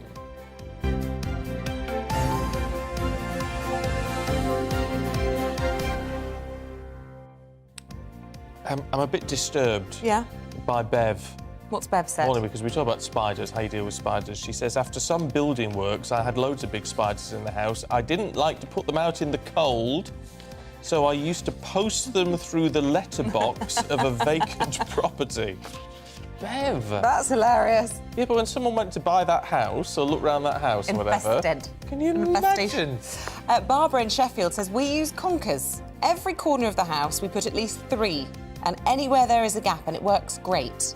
Viv in Cumbria says, use cinnamon. They don't like it and it works. My daughter hates spiders. And since having a small amount of cinnamon in her bedroom, no spiders. Marjorie says, my mother always told us if you wish to live and thrive, you let the spider run alive. Yeah, no thanks. Sorry, Marjorie. No, can't do it, can't bear it, can't bear it. Anyway, let us know what you do. gbviews@gbnews.uk. Coming up after the break, Paul Coit will be in the studio with all the day's big sports stories, but that is after your forecast. Good morning, I'm Alex Deakin with your latest weather update from the Met Office. Wet weather pushing south today, although not reaching the southeast where it'll be fairly warm, and clearing from Scotland and Northern Ireland, so brighter skies developing here. But low pressure is controlling our weather, pushing away this area of high pressure that brought many a fine day on Monday. These weather fronts have made for a very wet night across western Scotland. Met Office yellow warning still in place here for the next few hours, but that rain is clearing away from western Scotland and Northern Ireland, eventually pulling away from the central belt too. So brighter skies for Scotland and Northern Ireland, certainly by this afternoon. Fairly dull, damp afternoon for northwest England and Wales. Any early drizzle across East Anglia and the southeast should clear. We'll have some brightness here and some warmth for the time of year. Temperatures well above average, maybe up to 20 Celsius. Through this central slice, certainly where it's raining this afternoon, feeling quite a bit cooler than yesterday. Now, that rain is going to push back further north as we head through this evening, and the rain's going to start to pick up, and the winds will continue to strengthen as well. Look at all this massive rain coming into Northern Ireland, but also spreading across Scotland, Northern England and Wales by this time tomorrow. And the winds strengthening. It all adds up to a fairly mild night. It won't be chilly first thing tomorrow morning, but it's not going to be very pleasant on the roads. A lot of spray, a lot of surface water, and gusty winds as well. Eastern England may start dry, but even here that band of rain will swing through. It should zip through fairly smartly. The heavy rain will take a while to clear from northern Scotland.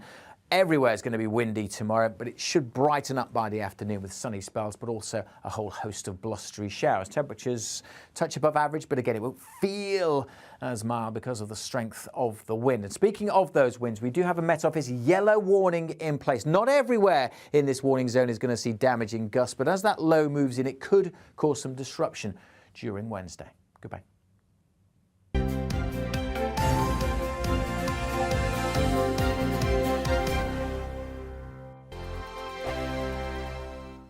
Weekday afternoons on GB News, we've got the whole of the UK covered. From 12 to 3, it's GB News Day with me, Mark Longhurst. And me, Gloria Di Piero. You'll get the very latest on everything that's been going on across our great nation. And from 3 till 6, watch out for GB News Live with me, Patrick Christys. I'm not here to mess around. With all the biggest topics and guests, you will always be up to date. GB News Day and GB News Live from 12 p.m. Only on GB News. The People's Channel, Britain's news channel. Hello there, it's Eamonn Holmes here from Breakfast on GB News. We're not just on your television and your screens, you know. We're on DAB plus digital radio, so you can listen to your favourite shows on the move. If you've not yet listened to GB News Radio, it's very simple. We're on your radio player and tune-in apps, on your smart speaker, phone or tablet, or online at gbnews.uk. Take us with you wherever you go. GB News Radio. You never have to miss a moment of the People's Channel. Join my show Farage, 7 p.m. till 8 p.m. Monday through Thursday. And there you will get opinion, analysis, debate, and I'll cover stories that nobody else dares to touch. You've been cancelled. Join the club. Oh, my goodness me. And then for the last 15 minutes, talking pints. We're over a drink. We have a civilised conversation with someone. We very often disagree, but we do it in a grown-up way. Come and join me on Farage. Hello, I'm Simon Evans. Join me on GB News for Headliners at 11 p.m, where I'll be joined by 2 of the country's top comedians as we take a look at tomorrow's newspapers tonight. If it's a big story, we'll be covering it, I guarantee, but we'll also have some fun along the way. That's GB News Headliners at 11 p.m. We won't put you to sleep, unlike some of the other paper review shows out there. So join us, 11 p.m, 7 nights a week.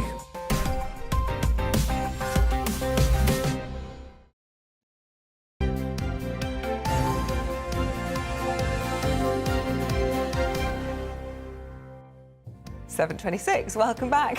Still to come on the programme this morning. I can't believe what she was just saying. I mean, I'd tell you, but I can't.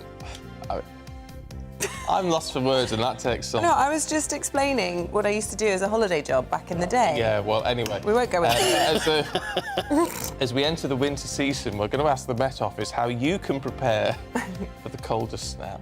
And then at 8:10, we'll be asking the Justice Secretary, Brandon Lewis, if we can expect any more U-turns from the government as the Tory party conference continues. Don't forget, we'd love to hear from you. GB Views at gbnews.uk. Stop giggling. Can't help it.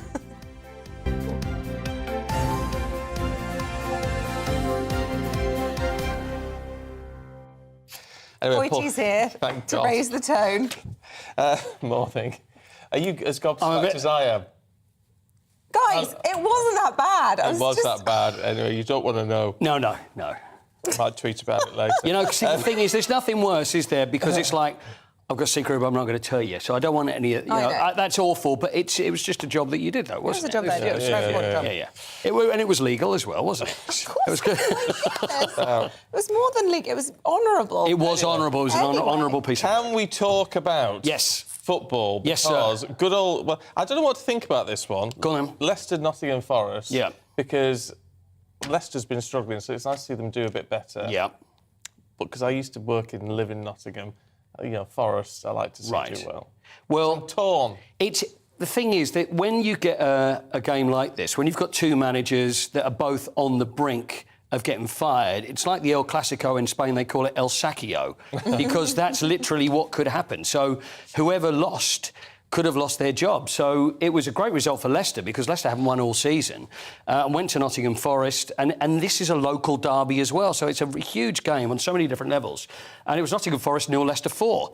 Now, when we talk about the managers, we've got Brendan Rodgers, very well-known, well-experienced manager. So he's the manager of Leicester, and it's going very badly for him.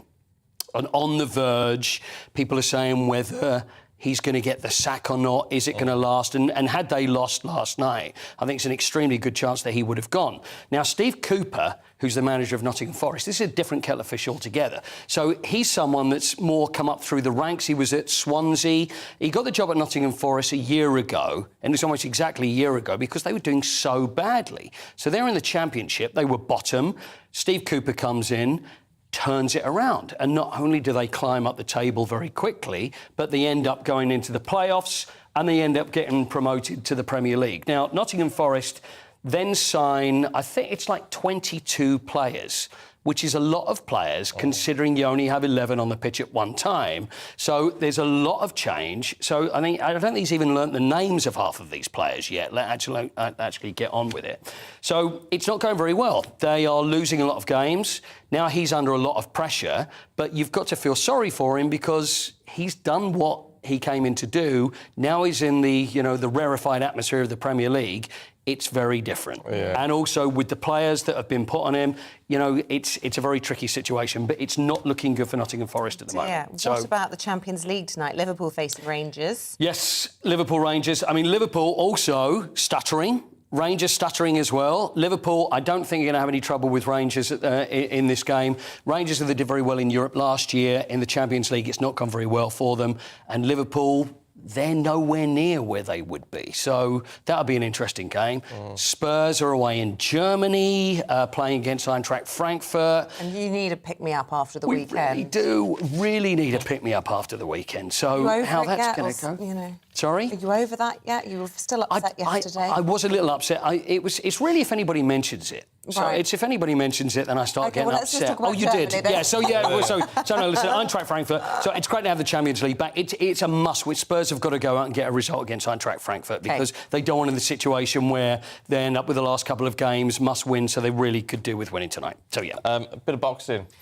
Yeah, this is an interesting one. This is Chris Eubank Jr. against Conor Benn. Now, their fathers, Nigel Benn, Chris Eubank, first fought 32 years ago. Big rivalry. It's weird, this. Now the sons... It is. And now the sons are fighting each other, and it's a situation which is called catchweight. Now, catchweight is where you've got two fighters who have got to try and... They're both at different weights, and one has got to lose weight, the other one's got to put on weight, so they then fight at a similar level. Now, Chris Eubank, there is Chris with his son, looking very happy, but he's very unhappy at the moment because he doesn't want this fight to go ahead. He's really worried about his son, because his son has got to lose a fair amount of weight and actually go back to the same weight of when he was 18, which then he sees... This loses a lot of power for his son. So then you've got Nigel's son, Conor Benn. He's having to fight up. So he's having to put on weight. So it would suit the fighter that has to put on the weight than the one that has to lose it. Now, Chris, I mean, it's terribly sad because he lost his other son, to a heart attack a year ago. Now, Chris Eubank Jr., he's saying that his daddy's getting over-emotional about him because he's extremely worried and he doesn't want the fight to go on. Now, of course, you know what Chris Eubank's been through over the years, and he's now seeing his son and he doesn't want this fight to go ahead. So it is going to go ahead, but he's desperately worried about his son in this fight. Goodness. So it is. It's a very tricky, and it could be a very sad situation. I don't, it should be a good fight, but when situations like that come in... I tell you what was interesting. A friend of my other half's is all army-based. Yeah. But going out, because they're all army boys, going out for a run the other day. Sure. And who should join them for a run? Tyson Fury. You are kidding me. No, and got some great snaps. On Instagram. They're private pictures, though, because the army boys all have to have private Instagram accounts. Yeah, of course. But it's... but where did he appear? What, he just appeared like Rocky doing the run at the end of the film and then... Yeah, just in a hoodie, and there's some great pictures. They're fantastic. That's great. And it's Tyson Fury. So at the end of it, you're going for a couple of mile run with Tyson Fury. How cool is that? That is terrific. And did it get a bit competitive between them? I don't know. I bet it did. I have so many more questions to ask you. So many more questions. Yes. Not enough time. I'll dig out the pictures. Coity, Please thank do. you. Lovely Thank stuff. you. Stay with us after the break. We're going through the papers again. We're joined this morning with Norman Baker and Emma Wolfe. We'll see you in a moment.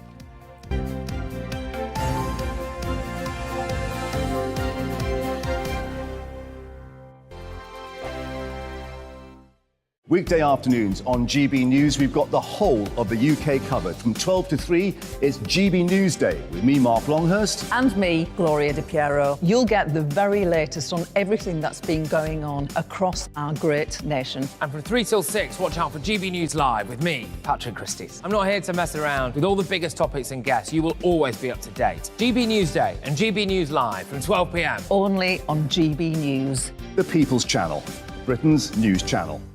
Hello there, it's Eamonn Holmes here from Breakfast on GB News. We're not just on your television and your screens, you know. We're on DAB plus digital radio, so you can listen to your favourite shows on the move. If you've not yet listened to GB News Radio, it's very simple. We're on your radio player and tune-in apps, on your smart speaker, phone or tablet, or online at gbnews.uk. Take us with you wherever you go. GB News Radio. You never have to miss a moment of the People's Channel. Join my show Farage, 7 p.m. till 8 p.m. Monday through Thursday. And there you will get opinion, analysis, debate, and I'll cover stories that nobody else dares to touch. You've been cancelled. Join the club. Oh, my goodness me. And then for the last 15 minutes, talking pints. We're over a drink. We have a civilised conversation with someone. We very often disagree, but we do it in a grown-up way. Come and join me on Farage. Hello, I'm Simon Evans. Join me on GB News for Headliners at 11 p.m, where I'll be joined by two of the country's top comedians as we take a look at tomorrow's newspapers tonight. If it's a big story, we'll be covering it, I guarantee, but we'll also have some fun along the way. That's GB News Headliners at 11 p.m. We won't put you to sleep, unlike some of the other paper review shows out there.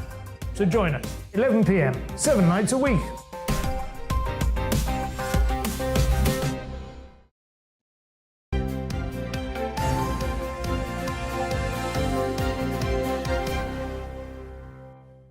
$7:35, morning to you, whether you're watching us on TV, online, or listening on the wireless. Very good to have you with us this morning. Let's bring you up to date on the latest headlines this morning. The Chancellor is set to bring forward his medium-term fiscal plan to this month. It's after mounting criticism that the details wouldn't be released until late November. A new date is expected to be announced today as Kwasi Kwarteng seeks to calm financial markets. The Home Secretary considering new laws to make it easier to deport people who come to the UK illegally. In her speech at conference later, Suella Braverman is expected to promise to allow immigration that grows the economy but end the abuse of rules.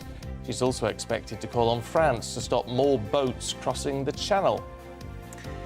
The Prince of Wales will deliver his first speech today since he gained his new title. He'll address the United for Wildlife Global Summit at the Science Museum in London, and his speech will highlight the damage being caused by wildlife crime.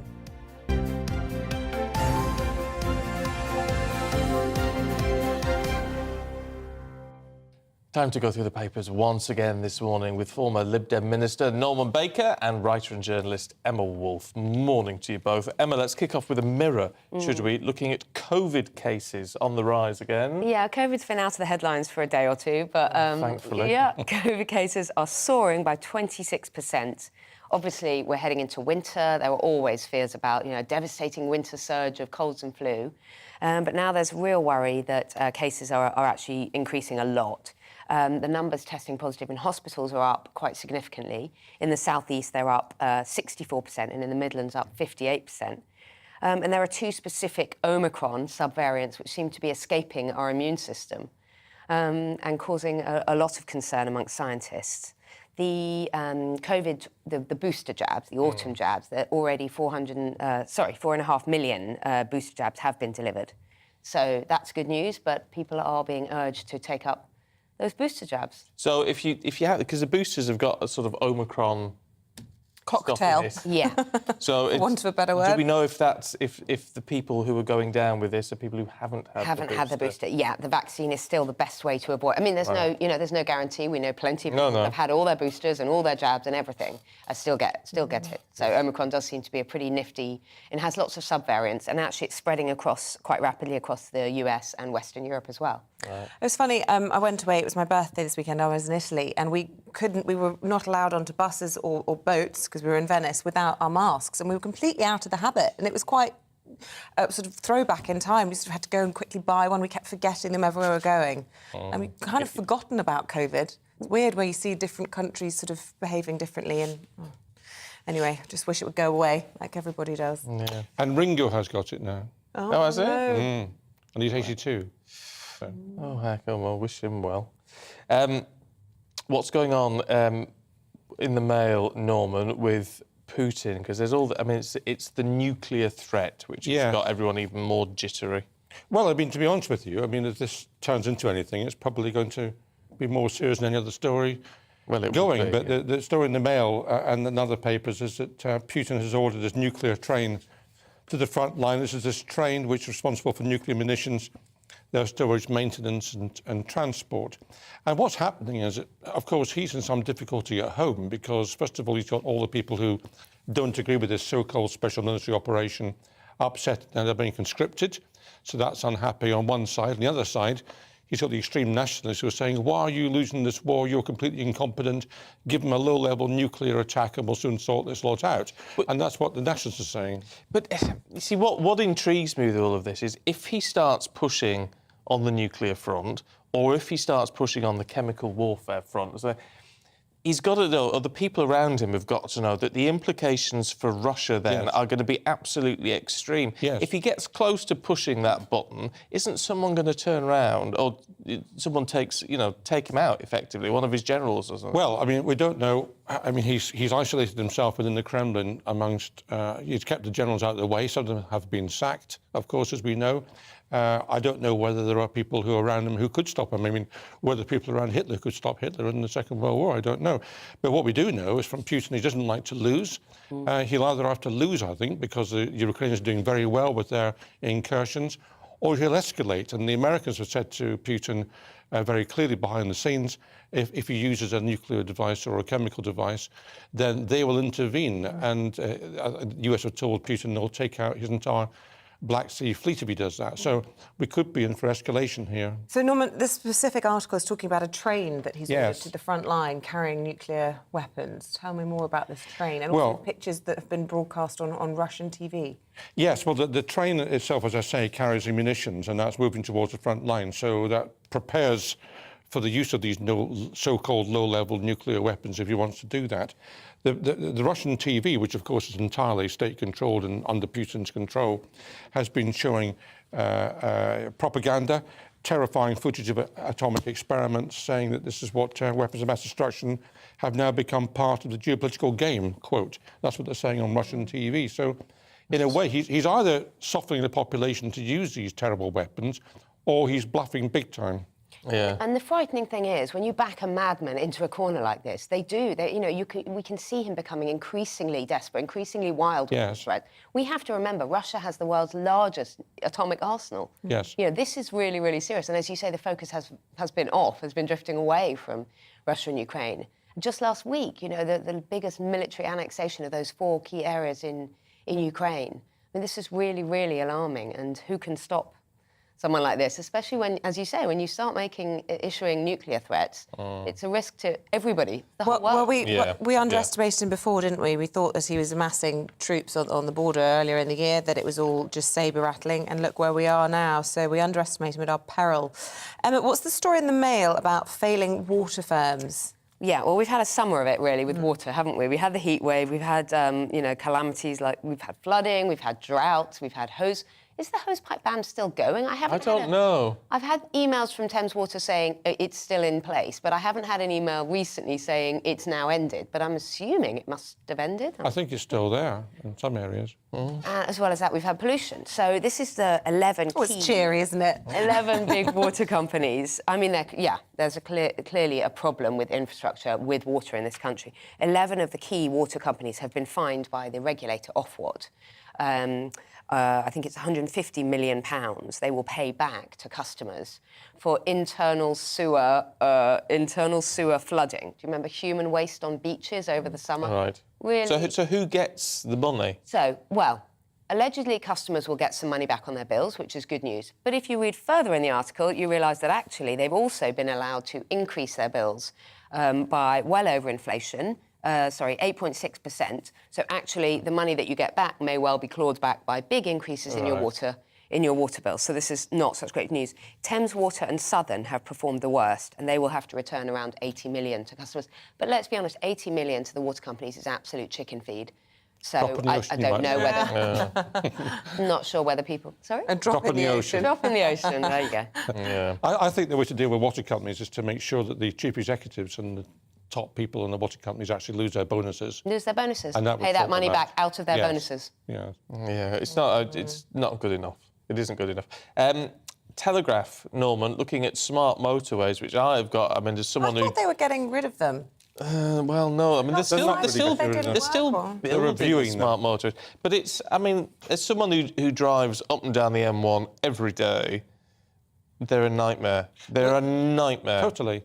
I mean, look, why are we calling them smart motorways? They are stupid motorways. Yeah. These are motorways where we always had a hard shoulder for a very good reason, which is that when people break down, they don't want to have a lorry up their bum, to be perfectly frank with you. And instead, now we've got people breaking down and with cars right behind them, unable to move and get out of the way. But also it means that even when those hard shoulders are hard shoulders, some people just drive up them anyway. They do. Well, that's an offence, of course. But, of course, what's happened now is people are not quite sure whether it's a hard shoulder or whether it isn't. And the figures in the Telegraph, quite rightly, drawing attention to the fact that you're likely to be twice as likely to be killed or seriously injured on a smart motorway than on a hard shoulder. It should be stopped, absolutely stopped. Yeah. Yeah, I thought I'd heard that they were going to be, but I've obviously missed... I know they were looking at it, but I mean, it's honestly, people don't know what that lane is anymore, and I've beeped my horn at people who've undertaken me just driving up what is the hard shoulder. It's just crazy how they don't just kill someone every day. I don't know. Emma, let's talk about healthy habits. This is in the Times too. The 9 healthy habits we should all have. Yeah, there's not a lot we can do about the world, but we can all improve our health. So, I mean, these are pretty obvious things that we know, but it's quite a nice article. It reminds us that the sort of 9 healthy habits you should have are you're getting enough daily steps.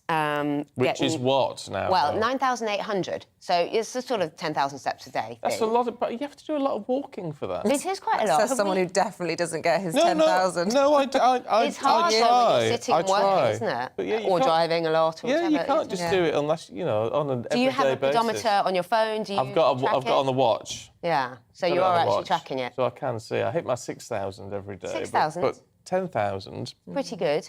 Well, also being active in the rest of your life is part of that. Eating enough fruit and veg. We know about getting lots of vitamin D. That's tough as well in this country. Because well, you just take supplements. Isn't it? You I can take a vitamin pills. D supplement every time I get a little anything. Cool, bit of vitamin D will sort me out. Of course, yeah, but daylight and sunlight is also really good for us and is good. Taking enough fluid, so 1.5 to 2 litres a day. Definitely don't do that. Well, you do, but in coffee and tea as well. Yeah. And that does count towards your fluid intake. Does it, though? I thought it was a diuretic, so it does... Yeah, but you don't... Yes, it is a diuretic, but it doesn't make you go to the toilet more than you've drunk. So right, so there's still you're still a net gain. OK, fine. Yeah. Fibre, getting 30 grams a day, which is harder to measure as well. But anyway, eating lots of fibre. Sleeping, 6 to 10 hours a night. Oh, lovely. So yeah, these are the things we can all do, but they're not as they're not as easy as they sound. How do you just get 6 to 10 hours sleep a night if you are either an insomniac or working really hard? Yeah. Especially when you're doing the paper review on GB News. Well, exactly. What time did you go to bed last night? About midnight. What? You're joking, really? What time did you get up? About 5:30. Oh my goodness! And are you fine like that?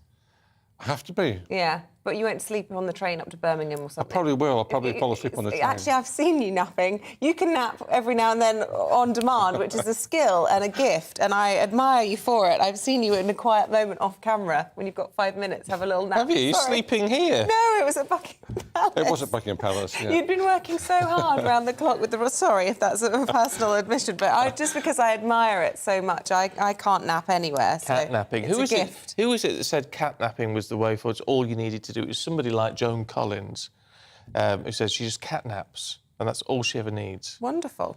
I don't know, that's a few years ago now. She's about 80. She's at 80 odd now, isn't she? I bet she does more than cat nap now. I just couldn't function on 5.5 hours sleep, so hats off to you. No, I couldn't.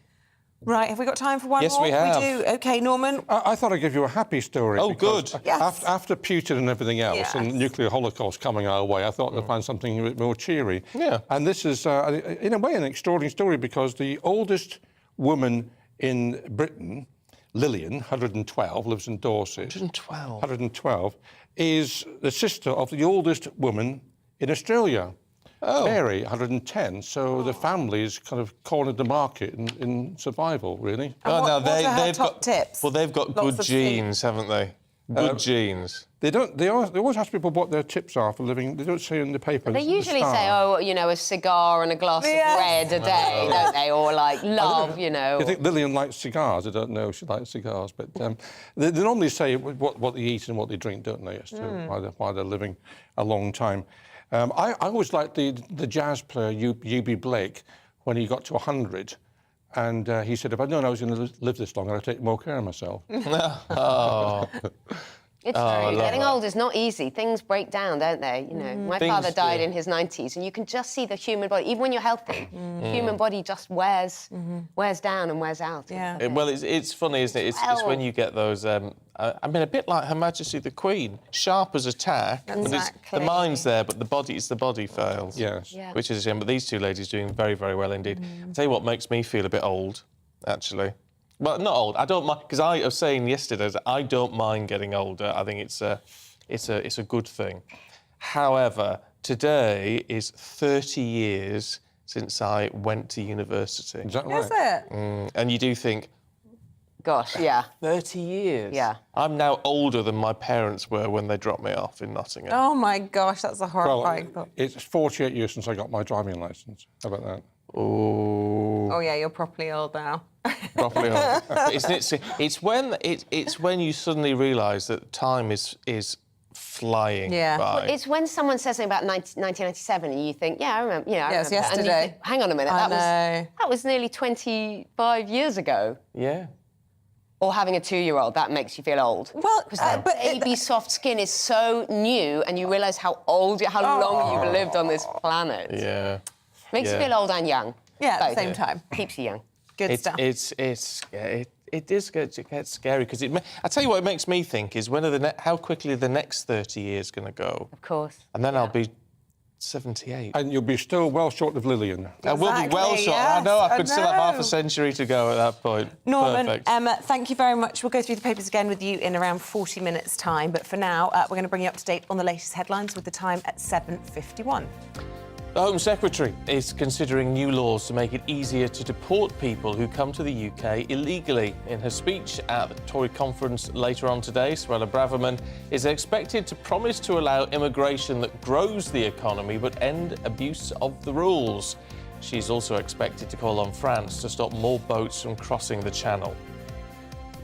The inquest into the death of Chris Carber, who was shot by police in South London, is due to be opened this morning. It'll then be adjourned while the police watchdog continues its investigation into the incident. The 24-year-old was killed after a police car chase last month. He was unarmed. The officer who shot him has been suspended from duty. Prince of Wales is going to deliver his first speech since he gained his new title. He's going to address the United for Wildlife Global Summit at the Science Museum in London. He's going to highlight the organised nature of illegal wildlife crime and its damaging impact. The Prince of Wales set up the organisation in 2014 to tackle these issues.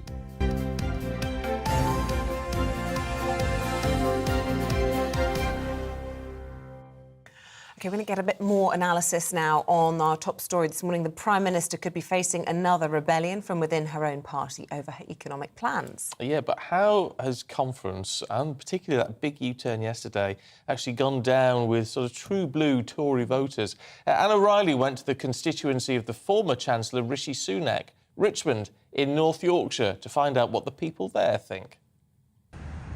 It's the constituency of former Chancellor Rishi Sunak and a safe Conservative seat for the party since the 1900s.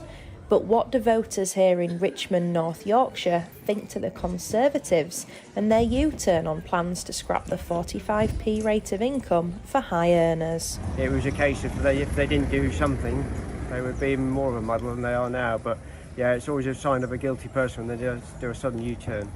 It's a bit of a shambles. I think I would sack both of them, to be honest with you. Bring back Boris, all is forgiven.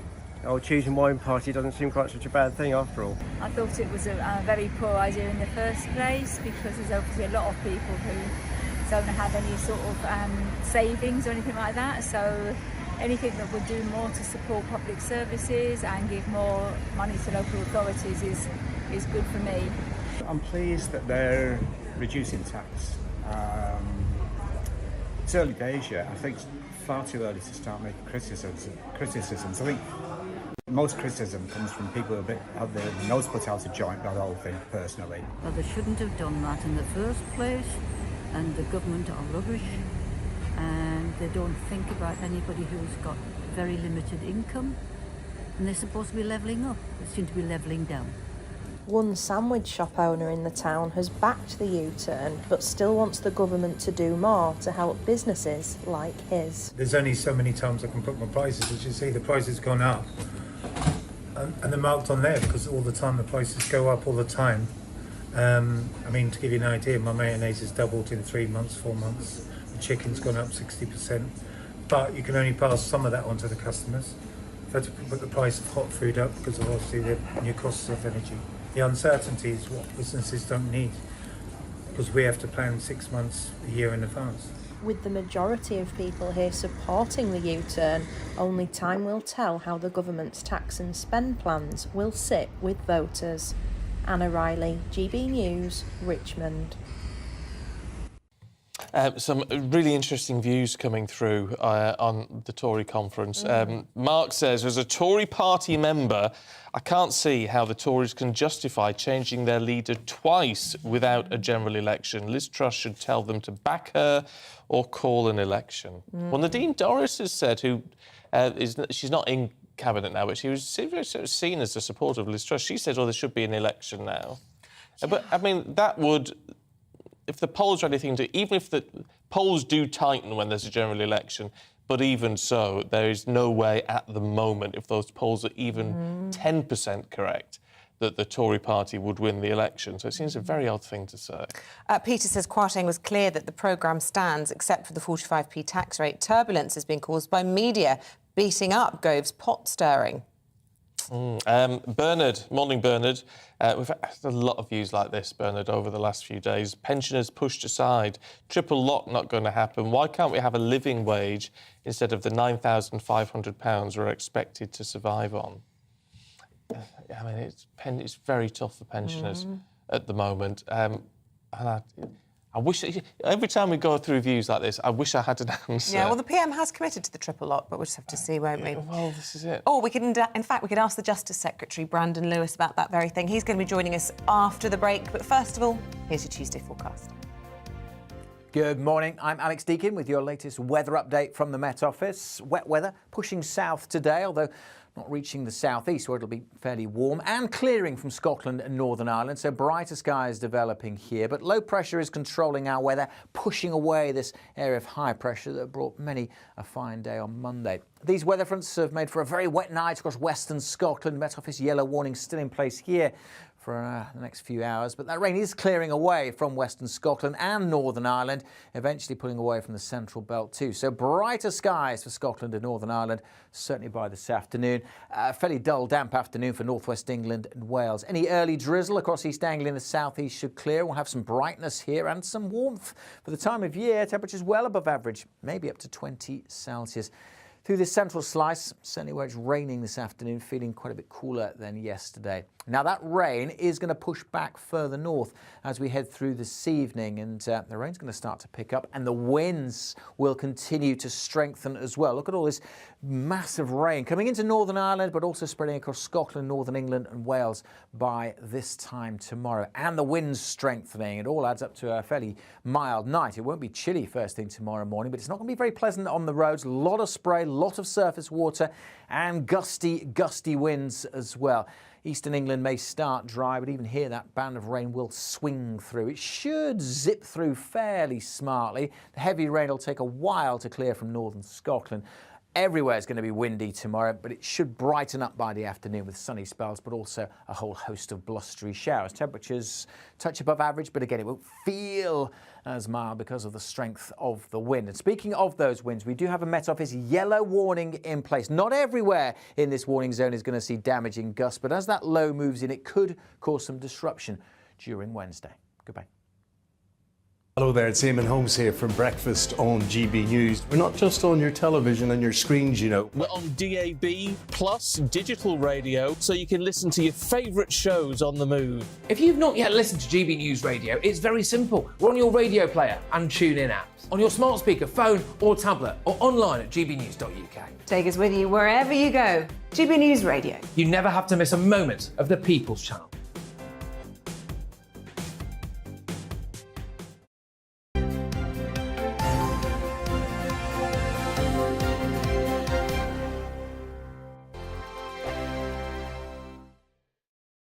Weekday afternoons on GB News, we've got the whole of the UK covered. From 12 to 3, it's GB News Day with me, Mark Longhurst. And me, Gloria Di Piero. You'll get the very latest on everything that's been going on across our great nation. And from 3 till 6, watch out for GB News Live with me, Patrick Christys. I'm not here to mess around. With all the biggest topics and guests, you will always be up to date. GB News Day and GB News Live from 12 p.m. Only on GB News. The People's Channel, Britain's news channel.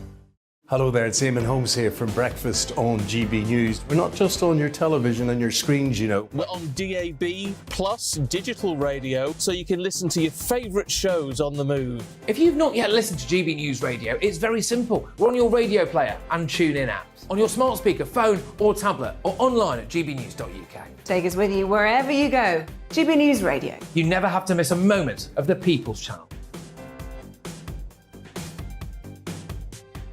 Join my show Farage, 7 p.m. till 8 p.m. Monday through Thursday, and there you will get opinion, analysis, debate, and I'll cover stories that nobody else dares to touch. You've been cancelled. Join the club. Oh my goodness me. And then for the last 15 minutes, talking pints. We're over a drink. We have a civilised conversation with someone. We very often disagree, but we do it in a grown-up way. Come and join me on Farage. Hello, I'm Simon Evans. Join me on GB News for Headliners at 11 p.m, where I'll be joined by two of the country's top comedians as we take a look at tomorrow's newspapers tonight. If it's a big story, we'll be covering it, I guarantee, but we'll also have some fun along the way. That's GB News Headliners at 11 p.m. We won't put you to sleep, unlike some of the other paper review shows out there. So join us, 11 p.m, 7 nights a week.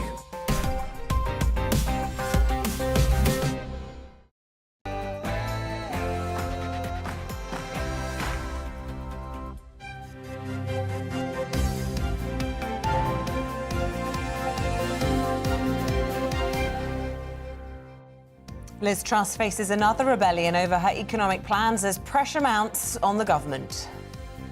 Morning to you, it's 8 o'clock. It's Tuesday, the 4th of October, and this is Breakfast on GB News with Isabel and Stephen. Here's what's leading the news this morning.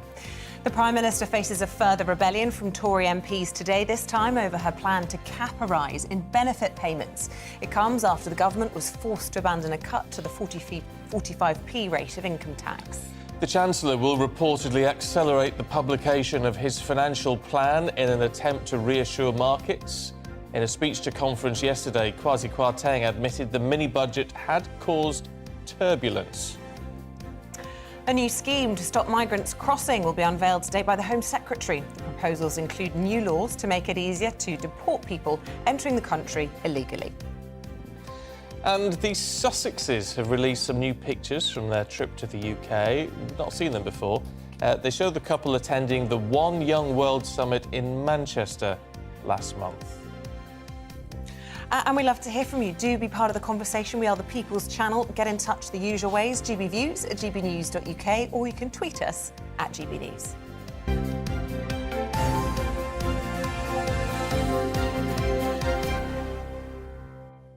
Well, let's kick straight off with our main news this morning, and the Prime Minister facing potentially another rebellion over the government's controversial mini-budget as day 3 of Conservative Party conference gets underway. Well, it follows yesterday's U-turn by the Chancellor abandoning the cut to the 45p tax rate.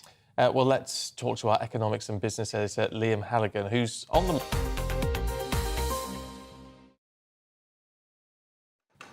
Morning to you, Liam. So, look, what are we expecting today in terms of I mean, this is benefits that people are getting upset about now. So what are we expecting? How difficult could this be? It could be very difficult, Stephen, because benefits during Rishi Sunak's budget back in spring, which seems a long time ago, were uprated, as is usual, by the previous September's rate of inflation, which was just around 3.1%. But of course, the cost of living has gone up a lot more since then. Inflation has just come down to 9.9%. So if you're getting 3.1% more on your benefits and prices on average are going up by 9.9%, you're losing lots of money. And a lot of households who are in receipt of benefits and rely heavily on benefits, they're spending heavily on food, fuel, and so on. And those goods have gone up by more than the basic rate of inflation.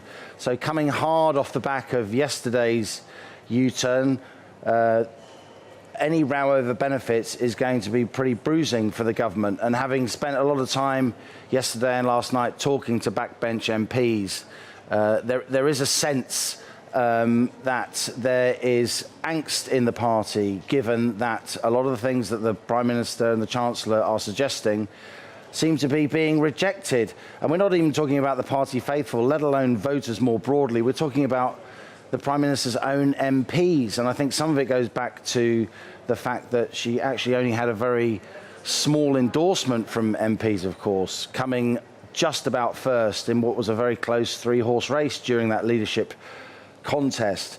I think in the end, benefits will be uprated by a lot more than the rate of inflation. People in the government are talking about the rate of earnings growth. They're saying, well, if people actually going to work, their wages are only going up by so much, then benefits should only go up by that much.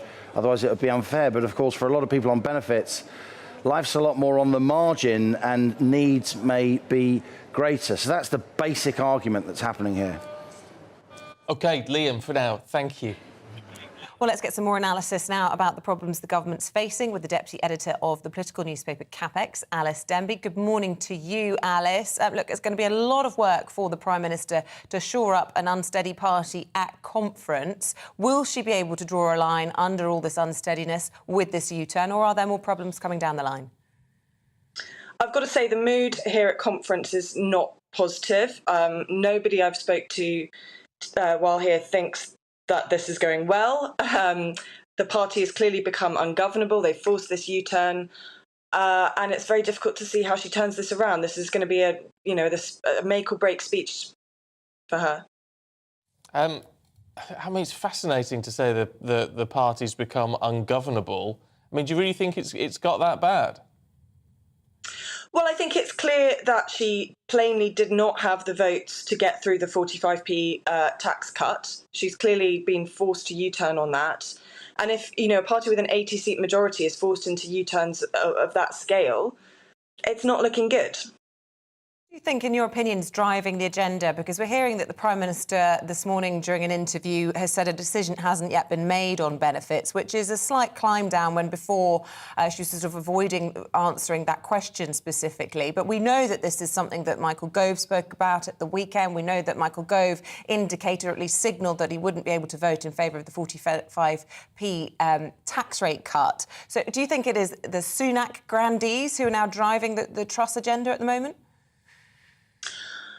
I'm not sure if it's as coordinated as that. I don't know. But I certainly think that many Tories who have who have a sort of conscience are going to think it's a terrible look to be freezing benefits at the same time as cutting taxes for wealthier people.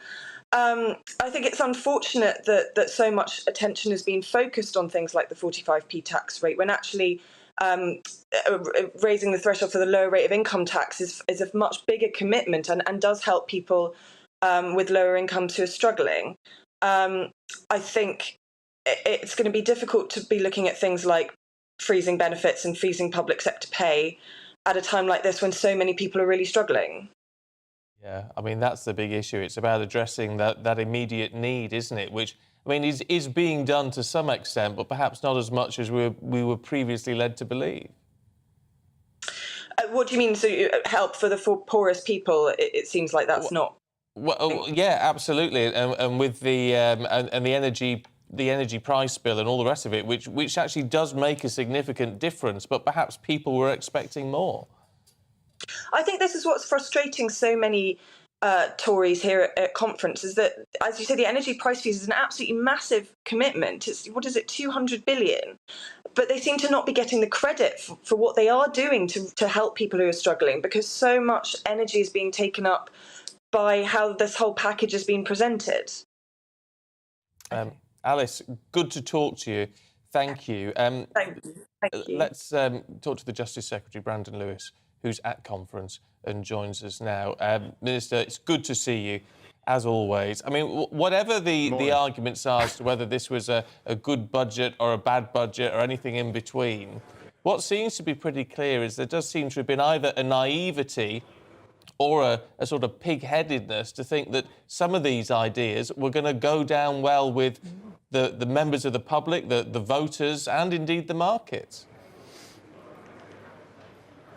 Well, look, I think what the Chancellor originally set out was a whole package that helps, yes, the most vulnerable in society, as you've just been touching on, but also says to the entire world that the UK is open for business. We want those rainmakers, as they call it, coming to this country, and that's what that higher rate issue was about. But equally, and I think Alice actually was just on, sort of nailed it on the head, the Prime Minister's recognised that we didn't, roll the pitch, as they say, well enough on that. This was distracting from the wider package that is a huge package, arguably, as you touched on just now, in terms of the energy support package, arguably the biggest we're seeing pretty much anywhere in the world. So I think the Prime Minister was right to want to take the view, look, let's focus on the core of this package, the things we want to get delivered, remove that debate from the issue, and it does show that, the Prime Minister's listening. We often get criticised as politicians for not listening. She has listened not just to colleagues, but the wider public as well, and dealt with that issue. Well, let's do that then, because even with the U-turn, £40 billion of what was announced in that mini-budget remains unfunded, with no clear explanation of how that is going to be paid for. Will there be, and can you rule out, cuts to public spending?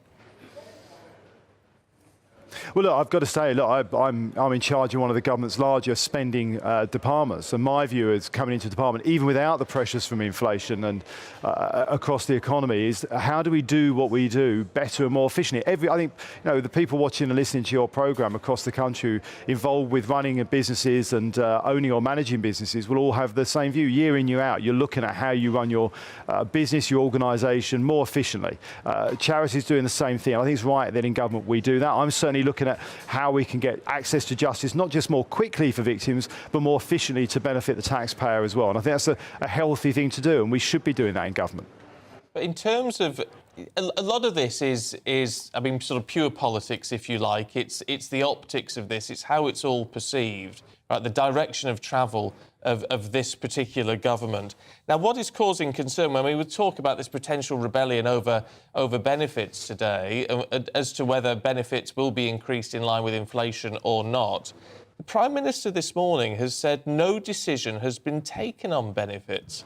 Well, surely at this stage, when you're doing all the sums, when the Chancellor's doing the sums in number 11, a decision should have been made, even if it was an unpopular one. No, there is a process the Department of Work and Pensions go through, and they're working through that at the moment before they make their final decisions. And it's right that they've got the space to do that. I think also colleagues are, and people understandably are, setting out their stall of what they want to see that decision be. That's part of a democratic society, people having that freedom of speech to be able to make those arguments. And I'm sure the Work and Pensions Secretary, well, I know Chloe Smith will be looking at all of these issues, but she'll also be looking at the fundamental economics of what is right. We've got a track record in this government, both under Liz Truss with the statement that Kwasi Kwarteng made just a couple of weeks ago, but even before that, consistently of supporting the most vulnerable people in society. That has been a guiding light for us. But what you've also seen in this package is the Prime Minister and the Chancellor delivering on what she promised she would do, which is giving us a lower tax economy to drive more growth and to get growth of the likes we haven't seen for some time now. And that's got to be good for the economy whilst making sure we do what we can to support the most vulnerable people in what is a very challenging global economic time. But what I'm not clear about, I mean, we're not talking about just, savings within your department and efficiencies. We're talking about 40 billion in unfunded tax cuts that were announced. And I just want to hear from you definitively whether or not you think the Chancellor will rule out a return to austerity in one form or another, whether or not that will be a cut to public services.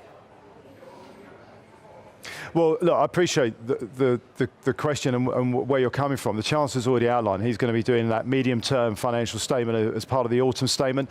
He's clear that we will, and we have always been clear, I think, as a government, actually, having that reduction in debt to GDP. We are, we're still pretty much at the top of the G7 in terms of having the lowest levels of debt to GDP at the moment anyway, and he wants to make sure we're delivering on that and taking debt down over the medium-term plan. He will outline that in that autumn statement. I'm not going to prejudge the decisions he's got to make and the work that he'll be doing over the weeks ahead before that statement. But as I said, I think it's right that in government, where we've got pressures from inflation, we're not just going back to the taxpayer consistently asking for more through higher taxes. That's been a problem that's led to stagnation in our economy. We've got to reduce that tax burden on businesses, on individuals, to be able to grow and do more themselves. That employs more people, ultimately can bring in more tax. We've seen that in the past as we've reduced tax levels in parts of the economy. We've actually seen the tax take go up. That's good for public services. And I feel I have a duty as the Justice Secretary to keep people safe is my prime focus, but also to do that efficiently with their money that they're putting into the government through their taxes. Big problems, though, that you face and all of government faces in all of this is keeping people on side. I mean, put the public polling to one side for a moment, and that's, as you know, pretty grim at the minute for the Conservative Party. But there's a lot of dissent on the backbenches as well, and particularly from red wall seat Tories who got in 2019, who are fearful for their future if and when the next election happens. And what was put in to try and bolster their positions was a levelling up agenda, which hasn't happened as yet, and perhaps for obvious reasons. But the Prime Minister said this morning, people voted in 2019 to level up our country, but we are now in a different position globally. Well, what does she mean by that? Does she mean, is the levelling up agenda gone? No, not at all. And actually, as part of the package that the Chancellor outlined was the investment zones that we're going to see across the country. They're directly going to benefit the delivery of levelling up. We're going to see up to 38 areas, I think, are already in negotiations and discussions with the teams at the local, in terms of local government, at the Department of Local Government and levelling up, as well as the Treasury, to deliver those investment zones. They're going to be a very real example. Expanding and delivering on our infrastructure projects for transport around the country is another way we'll be directly delivering on levelling up. What the Prime Minister is outlining is just the reality of what we're seeing, that global pressure on inflation, global pressures we're seeing, obviously the US interest rates at 4%. That does have an impact on everybody economically, and we're very conscious of that. But the work we're doing to level up is something that can benefit people across the country. We're determined to make sure that wherever you are across the UK, that you have the opportunity to benefit from economic growth. And something, even in my department, I'm determined to do what we can to be part of economic growth. Legal services underpin a huge part of our economy and actually in surplus. And across the country, we see legal services working for and helping in their communities, whether it's through solicitors or whether it's through the court process and keeping people safe by keeping bad offenders in prison. That is something we do right across the country, and that focus will be there.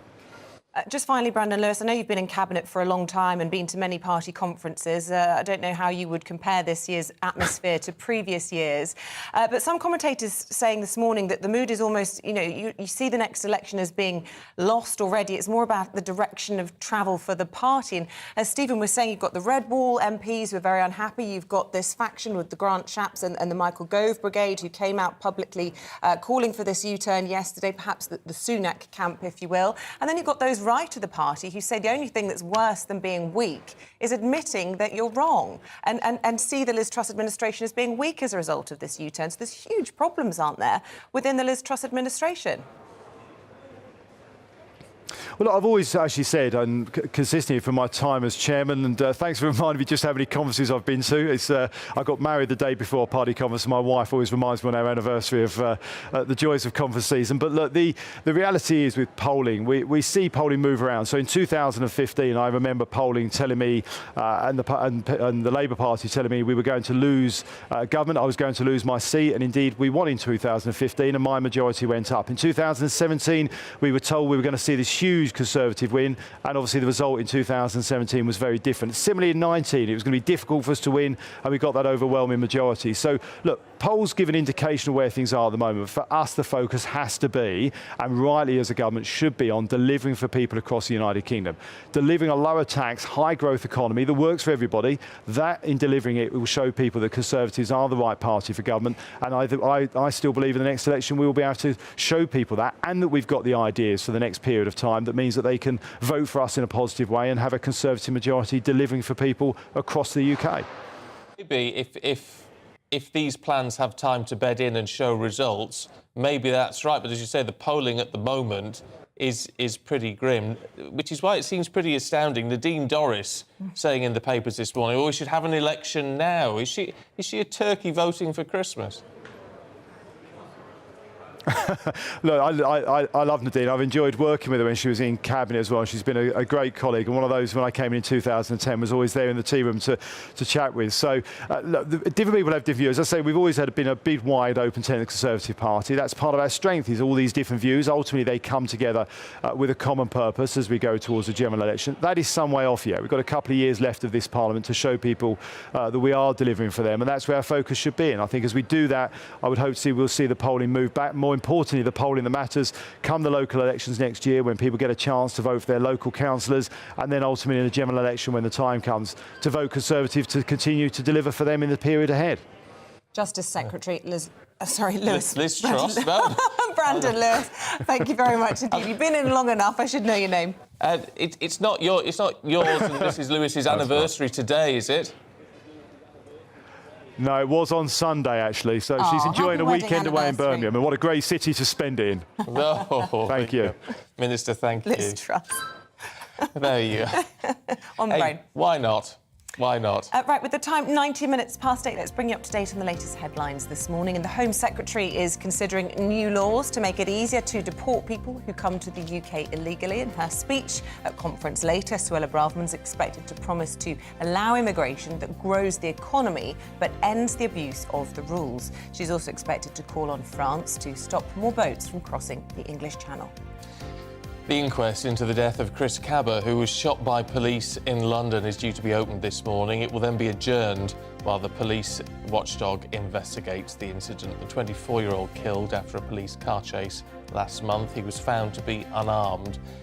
As is always the case in these incidents, the officer who shot him has currently been suspended.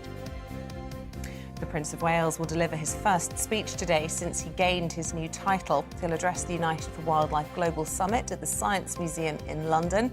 His speech will highlight the damage being caused by wildlife crime.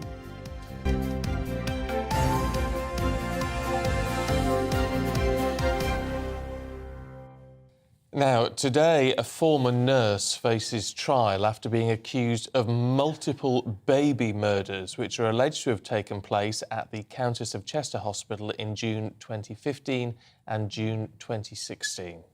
Lucy Letby denies the allegations, and our reporter Sophie Reaper joins us from Manchester Crown Court this morning. Sophie, a truly harrowing case this. Remind us of the details. Yes, good morning to you both. Well, the trial will begin here today for 32-year-old Lucy Letby, who's accused of the murder of 8 babies and accused of a further 10 attempted murders of babies as well. Now, she allegedly carried out these acts between June of 2015 and June of 2016 while she worked as a nurse on the neonatal unit of the Countess of Chester Hospital in Cheshire. She denies all of the allegations against her. Now, there are 17 charges against her, and that's because one of the charges is one of the babies, I should say, is subject to a murder charge and an attempted murder charge. Now, Letby remains in custody, although she did appear here at Manchester Crown Court earlier this year in July. She appeared via video link from HMP Bronzefield, though. She spoke once throughout the entirety of the 80-minute hearing, and that was to confirm her name.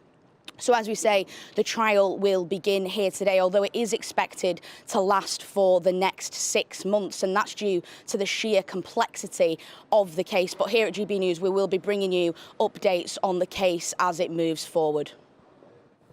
OK, Sophie, for now, thank you. Sophie's going to keep us up to date on that, of course, throughout the next few days. Now, after the break, Dr. Frankie Jackson-Spence will be in the studio with us, telling us why men should be looking out for symptoms of breast cancer. First, so here's your weather. Good morning. I'm Alex Deakin with your latest weather update from the Met Office. Wet weather pushing south today, although not reaching the southeast, where it'll be fairly warm, and clearing from Scotland and Northern Ireland, so brighter skies developing here. But low pressure is controlling our weather, pushing away this area of high pressure that brought many a fine day on Monday. These weather fronts have made for a very wet night across western Scotland. Met Office yellow warning still in place here for the next few hours, but that rain is clearing away from western Scotland and Northern Ireland, eventually pulling away from the central belt too. So brighter skies for Scotland and Northern Ireland, certainly by this afternoon. Fairly dull, damp afternoon for northwest England and Wales. Any early drizzle across East Anglia and the southeast should clear. We'll have some brightness here and some warmth for the time of year. Temperatures well above average, maybe up to 20 Celsius. Through this central slice, certainly where it's raining this afternoon, feeling quite a bit cooler than yesterday. Now, that rain is going to push back further north as we head through this evening, and the rain's going to start to pick up, and the winds will continue to strengthen as well. Look at all this massive rain coming into Northern Ireland, but also spreading across Scotland, Northern England and Wales by this time tomorrow. And the winds strengthening. It all adds up to a fairly mild night. It won't be chilly first thing tomorrow morning, but it's not going to be very pleasant on the roads. A lot of spray, a lot of surface water, and gusty winds as well. Eastern England may start dry, but even here that band of rain will swing through. It should zip through fairly smartly. The heavy rain will take a while to clear from northern Scotland. Everywhere is going to be windy tomorrow, but it should brighten up by the afternoon with sunny spells, but also a whole host of blustery showers. Temperatures touch above average, but again, it won't feel as mild because of the strength of the wind. And speaking of those winds, we do have a Met Office yellow warning in place. Not everywhere in this warning zone is going to see damaging gusts, but as that low moves in, it could cause some disruption during Wednesday. Goodbye.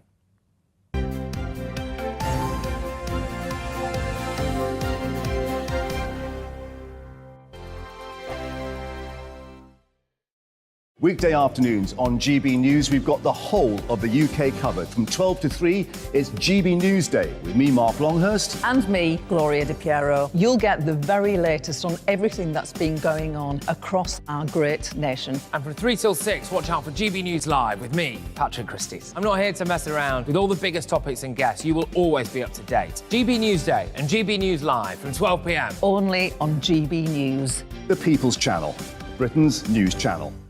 Hello there, it's Eamonn Holmes here from Breakfast on GB News. We're not just on your television and your screens, you know. We're on DAB plus digital radio, so you can listen to your favourite shows on the move. If you've not yet listened to GB News Radio, it's very simple. We're on your radio player and TuneIn apps, on your smart speaker, phone or tablet, or online at gbnews.uk. Take us with you wherever you go. GB News Radio. You never have to miss a moment of the People's Channel.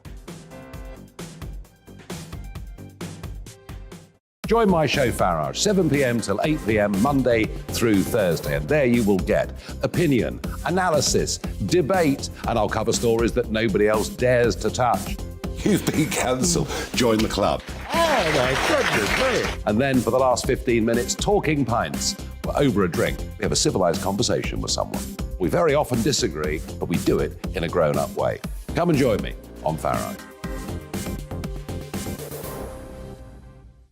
Hello, I'm Simon Evans. Join me on GB News for Headliners at 11 p.m, where I'll be joined by two of the country's top comedians as we take a look at tomorrow's newspapers tonight. If it's a big story, we'll be covering it, I guarantee, but we'll also have some fun along the way. That's GB News Headliners at 11 p.m. We won't put you to sleep, unlike some of the other paper review shows out there. So join us, 11 p.m, 7 nights a week.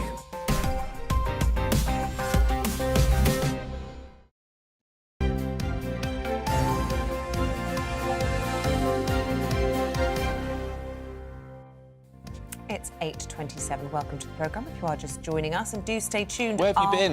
Yes, where have you been? Welcome aboard.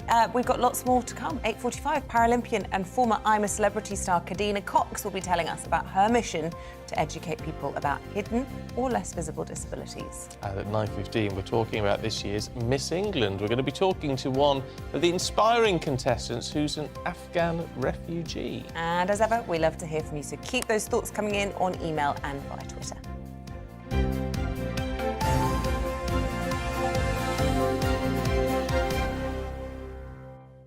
Now, breast cancer is one of the most common cancers worldwide, and in 2020, more than 2 million women were diagnosed across the globe. That's according to Breast Cancer UK, but it's not a disease that is exclusive to women. That's right. In 2019, more than 25,000 men were diagnosed with breast cancer, with many of them admitting that they didn't even know that men could get it. Well, let's talk to Dr. Frankie Jackson-Spence.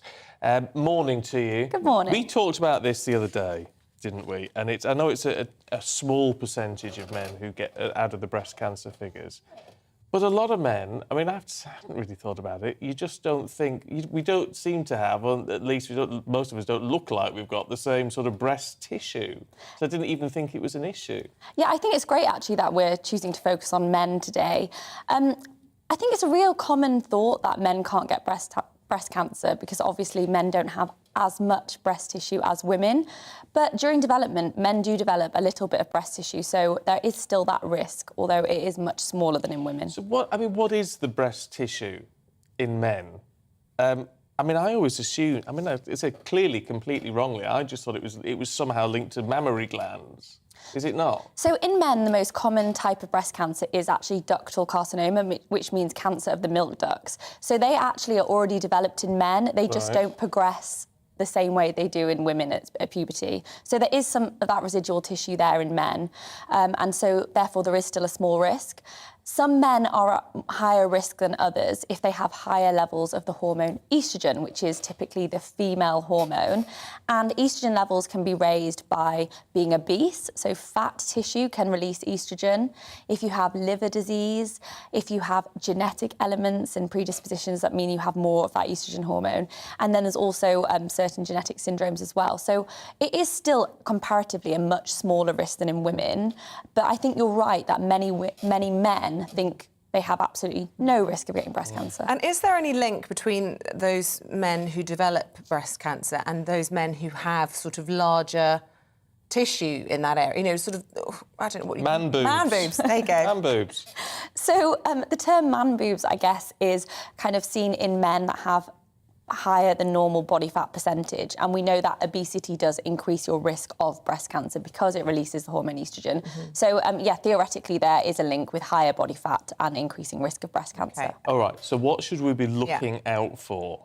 Because, I mean, there were some cases, I was reading about one today, and it turned out very badly for this fella, but it was a lump on his nipple that he just sort of had ignored. So the most common symptom of breast cancer is a new breast lump, and it's often hard and fixed, so something that doesn't go away after a couple of weeks. What sort of size are we talking? So they can be all different sizes. Some people might notice the size of a pea, but if they can grow into bigger lumps, it might be more like the size of a marble or larger. But what's important is that when you're feeling for these, that you feel up into the armpit and up to the collarbone as well. So kind of like all up here and up to the collarbone, not just around the breast tissue. Many people don't know that your breast tissue actually extends into those areas. But it's not just about lumps. There's also other signs to be aware of. So skin changes, particularly if there's any new kind of puckering or tethering of the skin.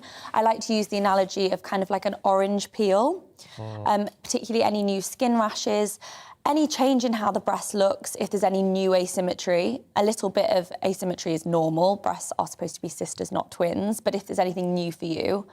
And then also if there's any nipple changes. So sometimes there can be nipple inversion, meaning the nipple turns inside out. Any change in the position of nipple, any bleeding, discharge or crusting. So it's not just about lumps. We need to be aware of all of these signs. And with lumps, I mean, they can often just be little lumps of gristle or easily explained away. But if you're in any doubt, obviously the advice to check. But it's not unusual, I suppose, to have some Absolutely. In most cases, the breast lump will turn out to not be cancerous. So out of every 10 lumps that are referred to the breast clinic, 9 out of 10 of those will be nothing to worry about. So I really want to reassure people, because I think people worry that if they look, they might find. But in most cases, it's nothing to worry about. But it is important that you get a medical opinion on that. So if there's anything that's out of your normal, then get checked out. You know what it's like, though? Getting men to go to the GPs with anything is a problem. Absolutely, and that's why with this, is this going to be embarrassing for men? Absolutely not. You know, people always think that they have things that they're embarrassed about, but your doctor sees this all the time. It's not embarrassing for us, it's our job. So if you have any niggle, it really is better to get checked out, because early detection saves lives, but also early detection, or even someone telling you it's nothing to worry about, takes that anxiety away from you quicker. Oh, yeah, it's a very good point. Dr. Frankie Jackson-Spence, thank you. Good to see you again. Thank you. Good to see you. I guess it's probably... Is it fair to say, is it easier for men to check than women? I guess because we've got less tissue. I guess that if you had a lump, it would be more noticeable because it would stand out on the skin more. But I guess, easier, it's not necessarily the norm, so... Yeah, there you go. Oh, well, do some Well, with all these things, checking. the sooner you find these things, the better. So just keep a keen eye. We're going to take a quick break. After that, we'll go through your papers this morning again with Norman Baker and Emma Wolfe.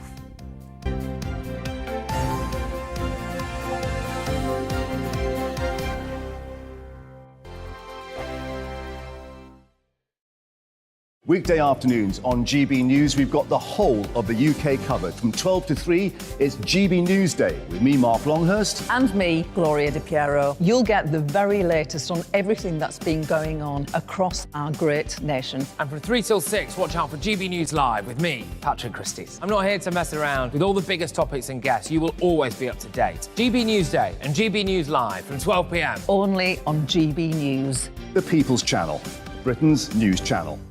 Hello there, it's Eamonn Holmes here from Breakfast on GB News. We're not just on your television and your screens, We're on DAB plus digital radio, so you can listen to your favourite shows on the move. If you've not yet listened to GB News Radio, it's very simple. We're on your radio player and tune-in apps, on your smart speaker, phone or tablet, or online at gbnews.uk. Take us with you wherever you go. GB News Radio. You never have to miss a moment of the People's Channel.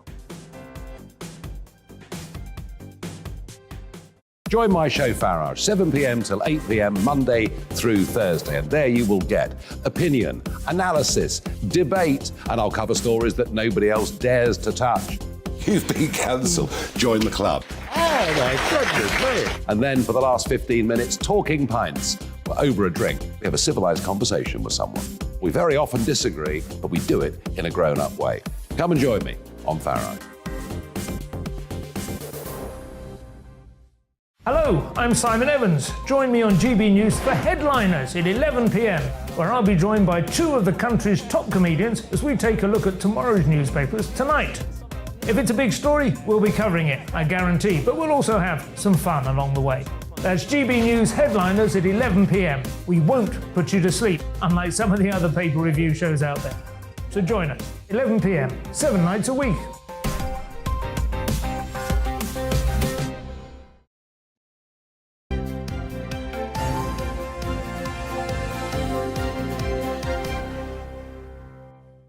.35 morning to you. Let's go through the papers now with former Lib Dem Minister Norman Baker and the writer and journalist Emma Wolfe. Morning again, you two. Let's start with the Telegraph, should we, Emma? And King Charles, the King and Queen, making their sort of first official engagement making Dunfermline into a city. We haven't had that much on King Charles. I mean, we've got a new king and, you know, the focus has been so much on everything else. But King Charles here in Scotland, back in Scotland, looking really lovely and happy, actually.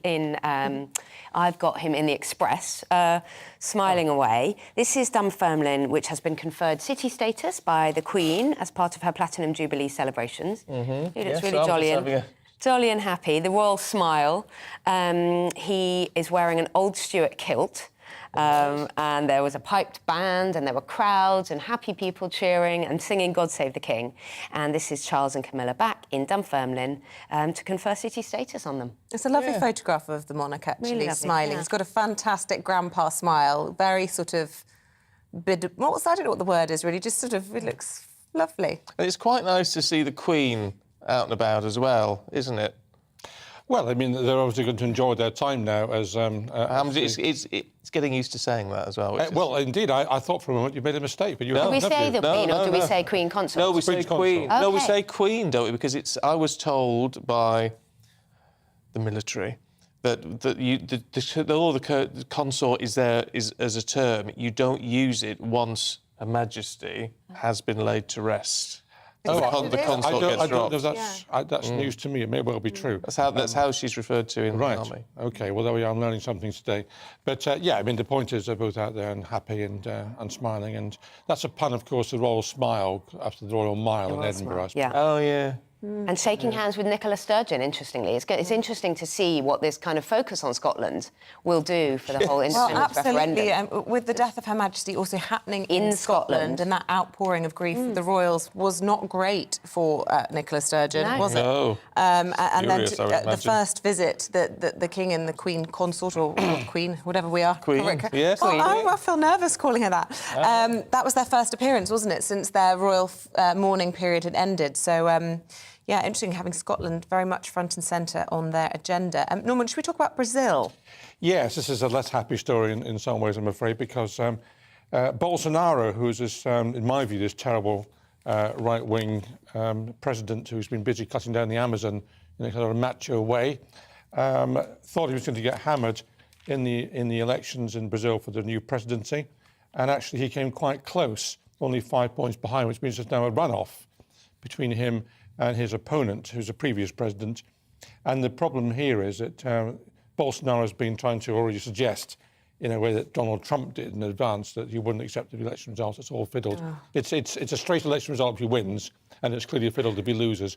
So we could be on some difficulty there. But, you know, seriously, the environmental point is that we've had a lot of the Amazon cut down, more so than any other year ever, I think. And if he gets back in, it's, you know, curtains for the Amazon. It's interesting because that ties in. You've picked a story in The Guardian as well, Norman, haven't you, about COP27? Yes. Saying the UK mustn't back down on climate. But, I mean, on the back of that and on what Bolsonaro's done with the rainforest, I mean, it brings it into some sort of perspective, doesn't it? Well, it does. And what worries me, Stephen, thank you for linking the stories, is the fact that King Charles isn't going to COP. And he's not going, not because he doesn't want to, but because he's been told he can't go by the Prime Minister, Liz Truss. And this is, I think, an own goal. Britain's got soft power. Charles is well known internationally for being in favour of taking action on climate change. In the paper today in The Guardian, it said that the Commonwealth expected him to go. They wanted to be there as leader of the Commonwealth. You've got Egypt, who's hosting COP27, saying, why is he not coming? And this is another own goal, I think. And it worries me because it suggests that the whole issue of climate change, which was quite prominent through Boris Johnson's premiership, way back to David Cameron and Tony Blair, is now being downgraded a bit by Liz Truss, and that worries me. It seems such an odd move, this, you know, telling the king, a new king, that he should not be attending the next COP, really. I mean, what is wrong? Of course Charles can't be as political as he may have. Buckingham Palace asked for advice on this from Downing Street, apparently. But I can't see anything wrong with the king being pro the environment, pro the earth, frankly. No, but it is interesting, isn't it, when you look at, I mean, certainly from a lot of people we hear from, via email, you know, the green agenda and the net zero agenda is actually proving to be very unpopular during the cost of living crisis. Yeah, of course, and things that cost a lot are not front and centre necessarily of people's concerns at the moment. Of course that, but the King can also do what he does best, which is what Prince Charles does: is bring people together. You know, King Charles. King Charles. I'm King so sorry. Charles, As a prince, what he did. As a prince, what he did. And of course, yes, he does need to rein it back a bit. I just think it was a real shame, and I think that I was surprised actually that his first move was to accept the advice. He has to. He has to accept that advice. Prime Minister. Well, it's instruction really. But on the net zero, Stephen, can I just say that it's not a choice between environment and economy. It really isn't, because, for example, net zero means that we end our dependence on foreign oil and gas by having renewable sources at home which don't emit carbon. And that's actually really good for the economy and good for our defence. It makes a lot of sense in a lot of ways. I think the concern is that obviously there are green levies and things which all help contribute towards this, which people don't want to pay at the moment. I mean, that's the issue, isn't it? Well, you may not want to pay, but actually they'll pay more in due course if we don't take action to protect. And if we can afford foreign adventures and foreign wars, why can't we afford to invest in green energy? Yeah. Emma, what about Class A cannabis? This is in the Mail. Calls for the drug to be raised up categories. Yeah, so this is the Tory Police and Crime Commissioner from Dorset at the Tory Party conference yesterday, calling for cannabis to be recommissioned as a Class A substance on a par with heroin and cocaine. Is it currently C? It's B. Yeah. Oh, it's Class B. B. Yeah. It's B, all right. Class B drug at the moment, and most of the police and crime commissioners agree with him. Obviously, this is very popular at the conference, and he says this police and crime commissioner says it's causing huge damage, psychosis, schizophrenia, and also it's a major burden on the NHS.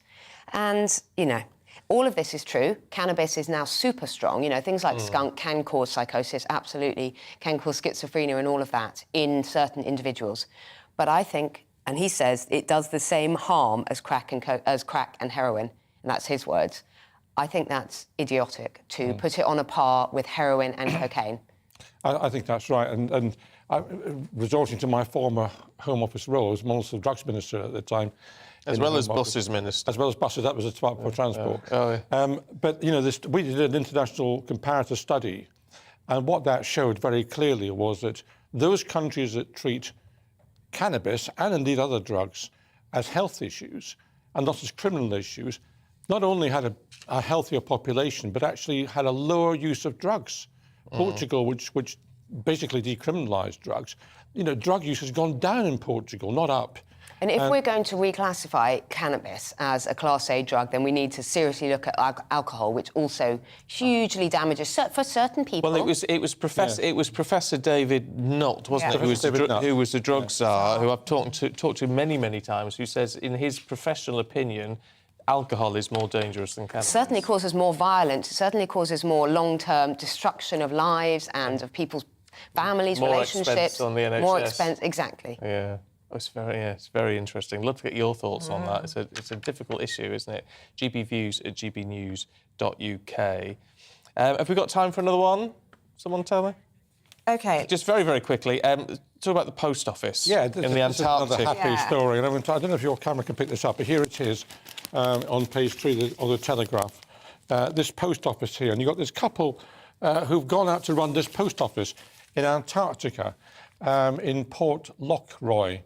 And I don't know how many customers they get down in this post office in Port Lockroy, but it seems to be a rather cold existence. You've gone there for a few months, they've got to run the post office, and they get a few passing tourists, apparently. Yeah, they can't have many people there, can they? Look, you two stay put, if you would, because we might come back to you after this. We just want to head to Conservative Conference and talk to James Sunderland, who's the MP for Bracknell. Good morning to you. Nice to see you this morning. Thanks for joining us on GB News. Can I ask you, James Sunderland, what...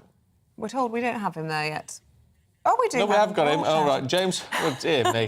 It's the technology for you. It's technology, ladies and gentlemen. James Sunderland, what do you make of what is going on at conference? The U-turn we've seen, the talk of a possible rebellion over benefits. What is going on? What's your assessment? Well, conference is fantastic. I've been here since Sunday. There's lots happening, some fantastic conversations that we're having. The atmosphere is very objective, very upbeat, and those that are here having a really good time.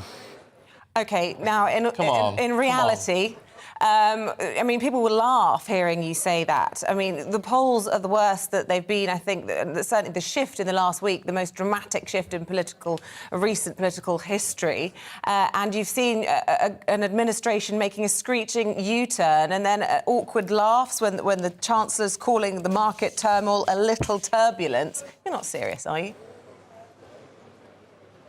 Well, conference is really good. Those that are here having, a very objective time, very positive. I've seen lots of speculation in the media over the last few days, and there's lots of divisiveness in the media and lots of hysteria. I think the party's in pretty good shape at the moment. We've got a new Prime Minister, we've got a new Chancellor. The mini-budget was quite successful. Clearly, there has been a U-turn on one of those measures.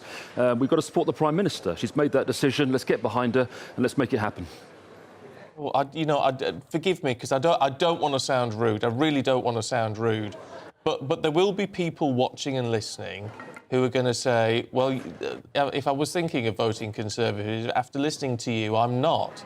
Because there is clearly a problem. I mean, it's obvious to everyone there is a problem with what is going on. And to dismiss it all as calling it media hysteria and everything's fine and we just need to get on with it and the budget's been successful. Makes it worse. No, it hasn't. You've got to get a grasp of reality and what voters are actually thinking, don't you? Yeah, look, I was supportive of the mini-budget when it came out. I thought it was quite pragmatic. I'm a low-tax, low-stake, low-government Conservative. I was happy with it. But for reasons that the Prime Minister knows full well, it hasn't landed well. She's made the U-turn on the 45% tax rate, and that's a decision she's taken. And we have to get behind her, support her, and move on. People vote for many, many, many reasons, and this has been a difficult, turbulent period for the government. It's got a new Prime Minister, we've got a new Chancellor. So there will be, inevitably, some teething issues as we bed in. But I'm pretty confident that the party's going in the right direction. The mini-budget's pretty good, and hopefully it will unlock the stagnation that we've seen in the economy. There seems to be a lot of turbulence within the parliamentary party. You've got the right of the party seeing a U-turn as a move being weak, John Redwood and the like. You've got the Michael Gove and the Grant Shapps Brigade who are unhappy with the unfunded tax cuts. And then you've got Penny Mordaunt now, who is in the Cabinet coming out this morning and already saying that she's come out against Liz Truss's benefit squeeze, which suggests there will be pressure for yet another U-turn. So to suggest that everything's rosy at conference just beggars belief. No, I haven't said it's rosy at conference. What I've said is conference is going very well, it's very objective, it's very upbeat, and the atmosphere is very, very good. My point is this: if you've got 360 plus Tory MPs in a room, they won't all agree. We're a very broad church, opinions vary, and that's actually a good thing, because what it does, it allows for balanced policy. MPs that I work with and serve with have different views on most things. We've got to find a way through this. We've got to find that consensus. We've got to unify the party and get cracking with the mini-budget and future policy. James Sunderland, appreciate your time. Thank you very much indeed. Norman Baker, you are a former government minister. Your thoughts? Give that man a job, I think, is my initial reaction to that particular interview. I mean, that's so divorced from reality, it was untrue. I mean, I was up there yesterday, and there's clearly an air of anxiety around. There's a clear one. People have been bumped around. They've got a new Prime Minister. You don't have teething problems with the new Prime Minister and a Chancellor. You have a honeymoon period normally when everybody gives them the benefit of the doubt. I mean, bearing in mind we had 2 weeks of mourning, they've only been in there 2 weeks, and the economy's already crashed, and they've gone down 25 points in the opinion polls. To suggest these are teething issues, this is the heart of the problem. To be in this level of denial, of course he has to come out and say it's all going rosy. Are they not getting are they not getting the newspapers in Birmingham? He doesn't, though, does he? That's what I find a little bit disappointing, because I mean, it's all about, and what we're all about is addressing real issues and real concerns of real people. Now, a lot of you watching and listening think, are very supportive of the government. A lot of you aren't. But you've got to address the reality of the situation, haven't you? Absolutely. I mean, there is a major problem, and we've had a new Prime Minister who's not landed well, a new Chancellor who's messed things up, to be perfectly frank with you. We've got divisions in the Cabinet. Penny Mordaunt, that's extraordinary for a Cabinet Minister to come out and criticise her leader's policy in the public way. They're cats fighting in a sack. And a lot of the criticism, or perhaps the only criticism that Liz Truss accepted around the mini-budget was that she failed to lay the groundwork, as she put it, this failure to sort of signal where she was going. Well, interviews like that, where somebody fails to admit what's going wrong, surely just alienates people further and further from their argument. I think you have to have an element of humility, because otherwise it's all just fake, it's all just lies. And I don't like it when politicians blame the media. I really don't. Particularly when they blame broadcast media, because broadcast media has an obligation in law through Ofcom to be balanced.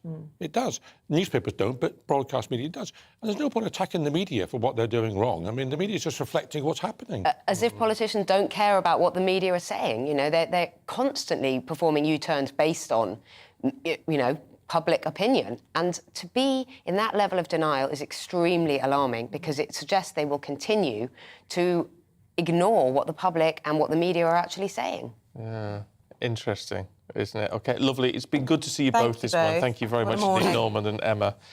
I'd love to get your thoughts on that. gbviews@gbnews.uk. I think it's just about getting a tighter grip on the reality. We don't just swallow lines anymore, do we? That's the thing, isn't it? Yeah. I mean, people can't just tell us the sky is blue when it's grey. You've got to just be truthful. It's all going very well. Yeah. Not sure it is. Even if you really want it to be going very well. That's the thing, you can get behind the Prime Minister, but you've got to admit she's having a bumpy time. Yeah. Anyway, that's our thoughts. Let us know yours. We're going to change the subject now for a little while and talk about Paralympians. I'm a Celebrity Campmate and MasterChef star. Throughout her career, gold medal athlete Kadina Cox has said she's never let her disability define her or stopped her from striving for success. However, Kadina, who was diagnosed with MS after suffering a stroke, admits she often struggles with what is classed by many as an invisible disability, because it can't always be seen, and so she wants to educate others on her experience. And she joins us now, Kadina. It's really good to see you this morning. And it is important, isn't it? We see signs everywhere saying, you know, not all disabilities are visible, but that doesn't stop people behaving differently. If they think you were doing something and you don't have a disability, it must be very difficult. Yeah, no, I keep saying that my example is always, you know, if I ask for a priority seat on a train, or if, you know, I get out of my car in a blue badge spot, I get looked, but I also get people like challenging it. You know, I've had people say to me, oh, you can't park there, it's for disabled people. And I'm like, how do you know I'm not disabled? Like, I've had people challenge me on that before I've even got out of my car, and I'm like, I could be missing legs, you have no idea. So it is very hard, but I'm not the only person that experiences, 71% of people actually experience it. Research by Beeper and Scope has kind of showcased that, which is, it's hard to see that number, but it's also really understandable because I know so many people, me and a lot of my teammates experience it. What do you do in that scenario when someone comes and questions you? Do you take the time to explain it, or do you just dismiss it? Because obviously that must be upsetting in itself. How do you handle that? Yeah, I mean, it depends on how it's been said, and it depends on whether I'm having a really tired day or not.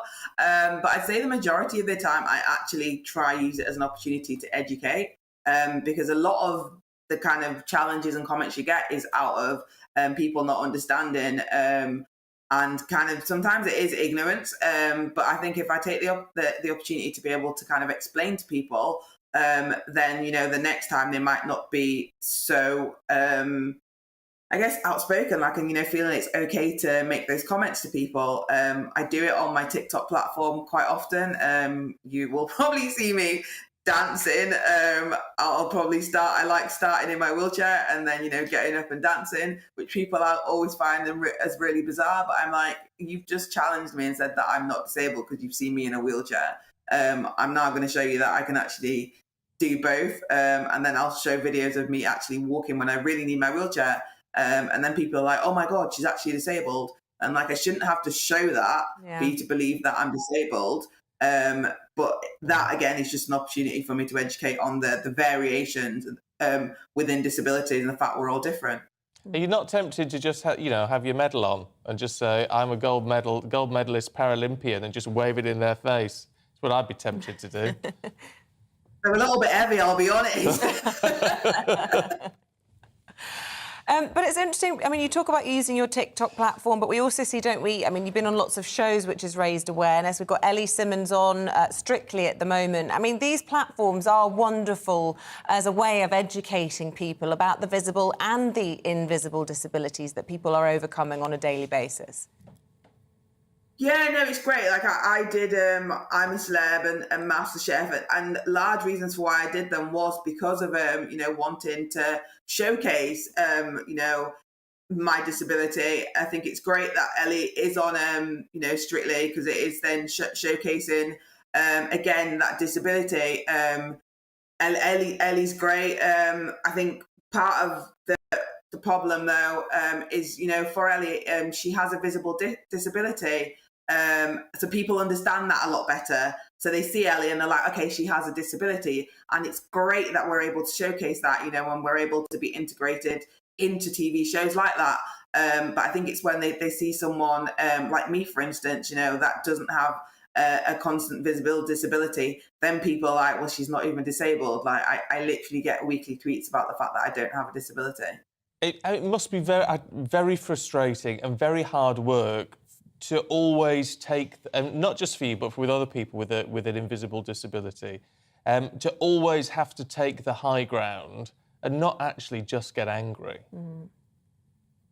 Yeah, it's hard, and I think I'm quite a chilled person, so I take things in my stride and I'll laugh about it. And I mean, mainly it's probably my faith and the fact that I'm Christian, so I am quite calm a lot of the time. But I think it is hard, like, because sometimes you do get angry because I didn't ask for a disability, so I wouldn't lie about it. And you know, for a lot of people, you know, they struggle with their mental health. The research people on Scope did shows that 63% of people with a disability, an invisible illness, struggle with their mental health, which, you know, people just making comments really impacts other people's lives, which, you know, I just don't think is fair. And, you know, we have to, you know, take the high ground, but we shouldn't have to. We should just, you know, be able to go around and go out about our business just like everyone else. We, you know, just do it in a different way because we have disabilities. Yeah, well, you're doing a great job. It really is a case of turning the other cheek, isn't it? Yeah. Katina Cox, it's a joy to talk to you. Yeah, Thank you very much you. indeed.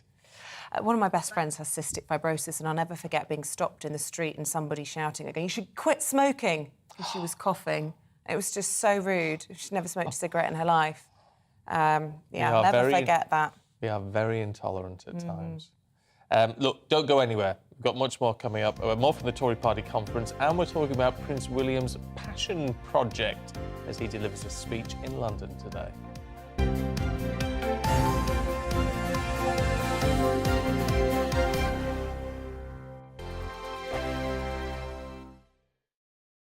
Weekday afternoons on GB News, we've got the whole of the UK covered. From 12 to 3, it's GB News Day with me, Mark Longhurst. And me, Gloria Di Piero. You'll get the very latest on everything that's been going on across our great nation. And from 3 till 6, watch out for GB News Live with me, Patrick Christys. I'm not here to mess around. With all the biggest topics and guests, you will always be up to date. GB News Day and GB News Live from 12 p.m. Only on GB News. The People's Channel, Britain's news channel.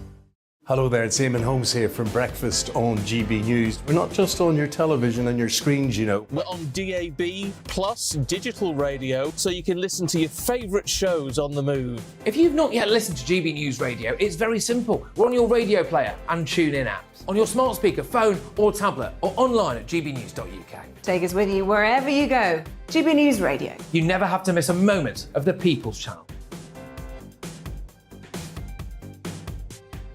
Join my show Farage, 7 p.m. till 8 p.m. Monday through Thursday, and there you will get opinion, analysis, debate, and I'll cover stories that nobody else dares to touch. You've been cancelled. Join the club. Oh my goodness me. And then for the last 15 minutes, talking pints. We're over a drink. We have a civilised conversation with someone. We very often disagree, but we do it in a grown-up way. Come and join me on Farage. Hello, I'm Simon Evans. Join me on GB News for Headliners at 11 p.m, where I'll be joined by 2 of the country's top comedians as we take a look at tomorrow's newspapers tonight. If it's a big story, we'll be covering it, I guarantee, but we'll also have some fun along the way. That's GB News Headliners at 11 p.m. We won't put you to sleep, unlike some of the other paper review shows out there. So join us, 11 p.m, 7 nights a week.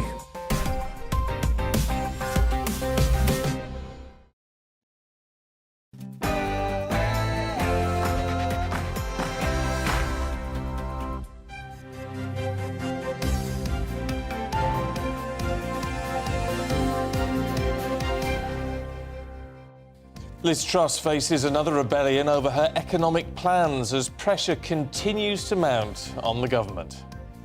Good morning. It's just after 9 o'clock on Tuesday, the 4th of October. This is Breakfast on GB News with Isabel, Webster and Stephen Dixon. Here's what leads it here. Let me... I'm sorry, I'll do that again. Here's what's leading the news for you this morning. The Prime Minister could face a further rebellion from Tory MPs today, this time over her plan to cap a rise in benefit payments.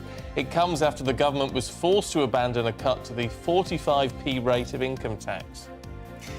The Chancellor will reportedly accelerate the publication of his financial plan in an attempt to reassure markets. In a speech at conference yesterday, Kwarteng admitted that the mini-budget had caused turbulence. A new scheme to stop migrants crossing will be unveiled today by the Home Secretary. The proposals include new laws to make it easier to deport people entering the country illegally. And the Sussexes have released new photos from their trip to the UK. The previously unseen images show the couple attending the One Young World Summit in Manchester last month. Well, we'd love to hear from you. Of course, you know that. Get in touch. Drop us an email, gbviews@gbnews.uk.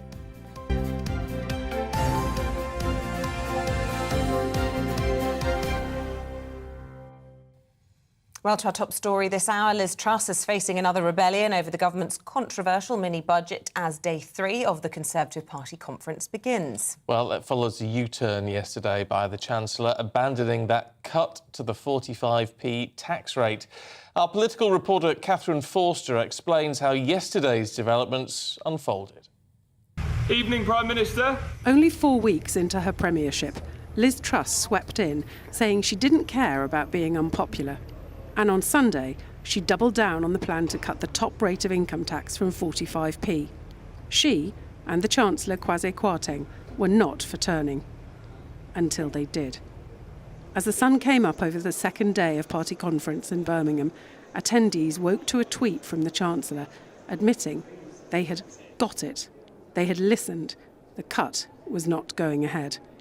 The Prime Minister tagged along in a similar fashion, outlining that she also got it. Michael Gove and Grant Shapps, 2 former cabinet ministers banished to the backbenchers by Truss, had led the charge among Tory MPs to stop the move. Polling showed the public were largely against it, rattling Conservatives in seats previously thought safe.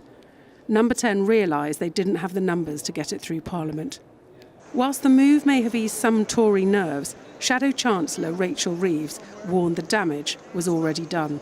The government now need to get a grip. They should reverse their budget, recall Parliament to do so, and rethink their whole approach, which is doing such damage to ordinary working people and businesses across our country. So all eyes were on the Chancellor as he made his speech to conference. What a day. It has been tough, but we need to focus on the job in hand. The plan put forward only 10 days ago has caused a little turbulence. I get it. We are listening and have listened. That is why, shortly, we will publish our medium-term fiscal plan, setting out our approach more fully.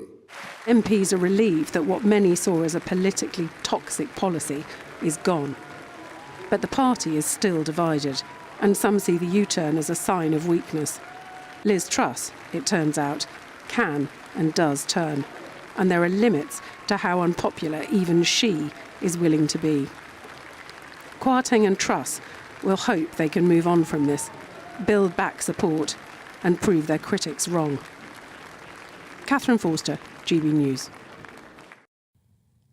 Well, our political correspondent Tom Harwood is at conference for us this morning. Tom, hello. I mean, this looks like it is going to be another difficult day, actually. No easy ride for the party at this conference. Well, that's absolutely right, and this is the issue with performing such a monumental U-turn yesterday. Those who oppose Liz Truss and her premiership smell blood, and there's that old phrase, if you give an inch, they will take a mile, and that is precisely what the battle over the next few days will be about, precisely over whether or not benefits are raised in line with inflation or with average earnings, a difference of about £5 billion. Now, the arguments here are simple from the Truss administration and those around her that most people in work are not seeing inflation-linked pay rises. Their pay is going up, but not by double digits, not by the rate of inflation. And of course there has been a significant package spending upwards of potentially £100 billion freezing people's energy costs. So taking that into account, the argument goes, why should people on benefits see their money rise by more than people in work? Well, the simple criticism from those who oppose Liz Truss is that those on benefits are the lowest paid in society, that they struggle the most, that they need more help than those who are on higher incomes or indeed are in work. That's the argument put forward by people like Michael Gove, who seems to have become rather a spearhead in the opposition to the Liz Truss administration, being one of those people who was most vocal and influential in bringing about that 45p cut U-turn yesterday that we saw yesterday morning. Clearly, this is going to be another battle today, and there'll be many arguments on many sides of it. It's going to be another difficult day at this party conference for the party, of course, which is currently almost 20 points behind in the polls. Now, different polls say different things, of course, but they all have trended in the last 7 days in one direction for this government. Liz Truss, when she became Prime Minister, said that she was willing to be unpopular, willing to take the tough decisions. The real question is, will the parliamentary arithmetic and the support of her party allow her to do that? Clearly, the strategy of the government is they need to show some spending restraint. That will, of course, reassure markets, which are worried about the deficit. But clearly, there are other ways to do that too. We are now expecting the Chancellor to bring forward his announcement of broad spending plans, and indeed we are expecting that OBR assessment of the state of the economy as well. On Sunday, Liz Truss, the Prime Minister, was more clear than she had been in terms of where the United Kingdom is with our borrowing. Lower than the United States, lower than Canada, lower than Japan, lower than Italy, lower than France. That was a list that she gave out on Sunday. But will it be enough for that message to hit home? Will she need to say it again and again and again that this country isn't overwhelmingly indebted compared to our G7 comparators? Well, that will be a big challenge. And of course, we're going to be hearing from some other people today as well. We're going to be hearing from the Foreign Secretary, James Cleverly. We're going to be hearing from the Home Secretary, Suella Braverman, as well. Now, she's got a task on her hands with this small boats crisis that has rolled on and dogged so many premierships in recent years. We're expecting some news to come from the Home Secretary with regard to how this new government wants to crack down further on this intractable problem. Just a bit of a flavour of what's to come today in another turbulent time in Tory politics. Indeed. Tom, thank you very much indeed. To royal matters now. Yes, Prince William, the Prince of Wales. He's getting used to that. I know. Actually, I'm getting used to that now. I find that easier than King Charles. Yeah, Prince of Wales feels natural, I think. Anyway, he's delivering his first keynote speech today since he became the Prince of Wales. His Royal Highness will address the United for Wildlife Global Summit at the Science Museum in London. Yeah, they'll be highlighting the serious and organised nature of wildlife crime. And our royal reporter, Cameron Walker, is at the Science Museum for us ahead of the event. Cameron, it will be a big day for the Prince of Wales. It certainly will be, Isabel. The first keynote speech, as you said, as the Prince of Wales, but it's certainly a cause that he has highlighted for many years now, dating right back to his gap year when he was 18 years old, when he was doing some conservation work in Africa. But he's going to be highlighting the serious nature of the illegal wildlife trade, and it's on a global scale, pushing the world's most iconic species to extinction, including elephants and rhinos. It's worth about $20 billion a year, and William founded United for Wildlife in 2014. That's what the summit that's being hosted here at the Science Museum is all about today. It's an umbrella organisation including law enforcement agencies, conservation charities, all of which are tackling together what Prince William describes as an abhorrent crime. And just to give you a flavour as to kind of the work they do, back in August, a guy called Muzu Cromer was sentenced to more than 5 years in prison in the United States for conspiring to traffic millions of dollars in rhino horns and elephant ivory. At the time, Prince William said it was a significant victory and a landmark case, and all of this was thanks to partly due to the evidence gathered by partners who work as part of the United for Wildlife organisation. But there is dangers of this illegal wildlife trade. Anton Mzimba was a wildlife ranger in South Africa. He was a husband, he was a father, and he was killed back in July trying to protect these endangered species. More than 1,000 rangers have been killed in the last 10 years trying to protect wildlife, and William said at the time of Anton's death that it's vital that we provide the right support, partly through the United for Wildlife. Well, Prince William is expected to address all of this later at the Science Museum. It's being hosted by Lord Hague, who is the chairman of the Royal Foundation, Prince William and Princess Catherine's charitable organisation, and perhaps we might see a few policies announced from different organisations here today. Cameron, can we talk photographs? And the Sussexes releasing a couple of new pictures taken last month. And they are a little bit controversial, aren't they? There's all this talk about Meghan and her power stance, which isn't going down too well. Yeah, there are a bit, Stephen. Her power stance made famous by their Time shoot. I think it was a year or two ago. But these two photographs that's been released last night were taken at the One Young World charity events that they were at just a couple of days before Her Majesty the Queen passed away.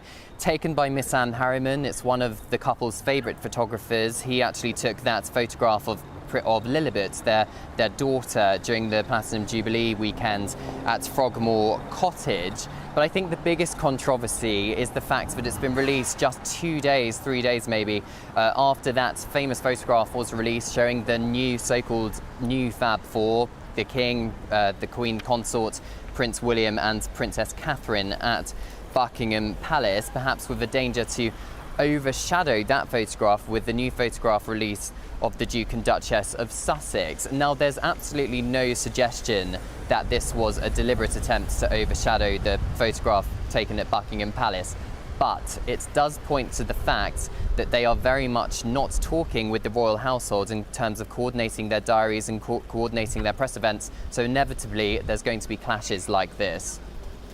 OK. Cameron, for now, thank you. Enjoy that speech. I hope you get to mingle with the Prince and Princess a little bit later on. I'll try my best. Thanks, Stephen. Sure you will. Thank you. Sure you will. Look, stay with us. We're going to be speaking to a refugee from Afghanistan after the break who could be the next Miss England. Actually, you'd be quite well qualified to see whether or not I have been a judge. You've been a judge, haven't yes, you? I've been and Mr. England. And Mr. England and Miss Gibraltar twice. There you go. Stay with us for that. First, though, here's your forecast. Good morning, I'm Alex Deakin with your latest weather update from the Met Office. Wet weather pushing south today, although not reaching the southeast where it'll be fairly warm, and clearing from Scotland and Northern Ireland, so brighter skies developing here. But low pressure is controlling our weather, pushing away this area of high pressure that brought many a fine day on Monday. These weather fronts have made for a very wet night across western Scotland. Met Office yellow warning still in place here for the next few hours, but that rain is clearing away from western Scotland and Northern Ireland, eventually pulling away from the central belt too. So brighter skies for Scotland and Northern Ireland, certainly by this afternoon. Fairly dull, damp afternoon for northwest England and Wales. Any early drizzle across East Anglia and the southeast should clear. We'll have some brightness here and some warmth for the time of year. Temperatures well above average, maybe up to 20 Celsius. Through this central slice, certainly where it's raining this afternoon, feeling quite a bit cooler than yesterday. Now that rain is going to push back further north as we head through this evening, and the rain's going to start to pick up and the winds will continue to strengthen as well. Look at all this massive rain coming into Northern Ireland, but also spreading across Scotland, Northern England and Wales by this time tomorrow. And the winds strengthening. It all adds up to a fairly mild night. It won't be chilly first thing tomorrow morning, but it's not going to be very pleasant on the roads. A lot of spray, a lot of surface water and gusty winds as well.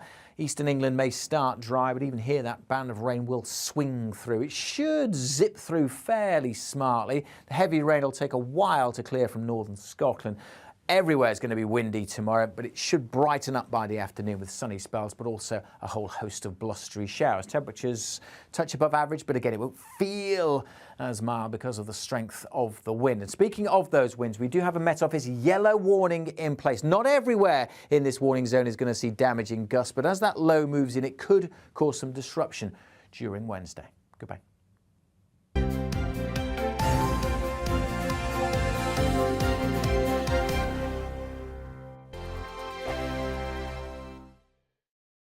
Weekday afternoons on GB News, we've got the whole of the UK covered. From 12 to 3, it's GB News Day with me, Mark Longhurst. And me, Gloria Di Piero. You'll get the very latest on everything that's been going on across our great nation. And from 3 till 6, watch out for GB News Live with me, Patrick Christys. I'm not here to mess around with all the biggest topics and guests. You will always be up to date. GB News Day and GB News Live from 12 p.m. Only on GB News. The People's Channel, Britain's news channel.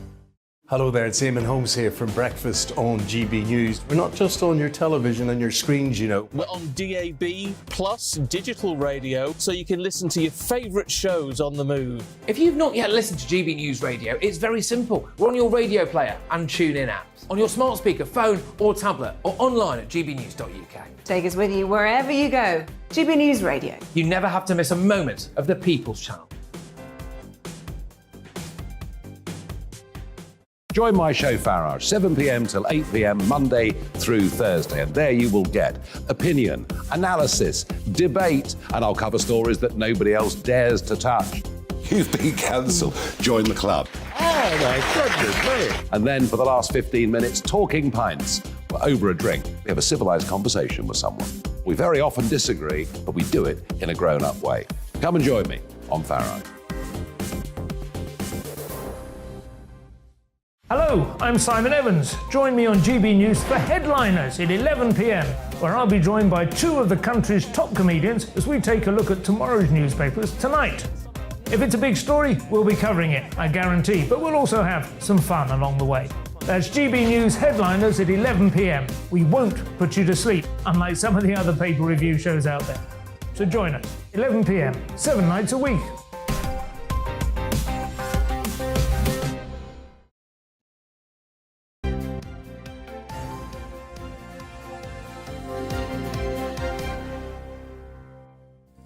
It's 9:18. We're going to bring you up to date on the latest headlines this morning. And former nurse Lucy Letby will go on trial at Manchester Crown Court today, charged with the murders of multiple babies. The 32-year-old's accused of killing 7 babies and attempting to kill 10 more. She denies the allegations. The inquest into the death of Chris Cabba, who was shot by police in South London, will be opened and adjourned this morning. That's while the police watchdog investigates the incident. The 24-year-old was killed after a police car chase last month. He was then found to be unarmed. As is always the case in police shootings, the officer involved has been suspended from duty. And former Formula One boss Bernie Ecclestone's arrived at Southwark Crown Court this morning to enter a formal plea on fraud charges. The 91-year-old faces one count of fraud by making false representations and failing to declare £400 million of assets to the UK Exchequer. The charge relates to a trust set up for his three daughters. Prosecutors say the alleged offence took place between 2013 and 2016.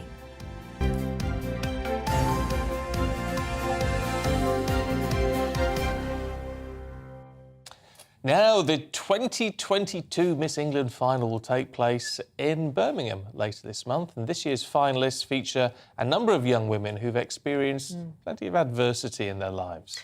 Well, Lida Naziri is a refugee from Afghanistan who now works in public relations and will be one of those competing for the 15 places in the grand final. I'm pleased to say she joins us in the studio this morning. Very good morning to you. Very warm welcome to you. Let's start with a little bit of your background, because you have an amazing story, having come into the UK when you were 15 years old, presumably fleeing problems with the Taliban in Afghanistan. Tell us about that journey over here.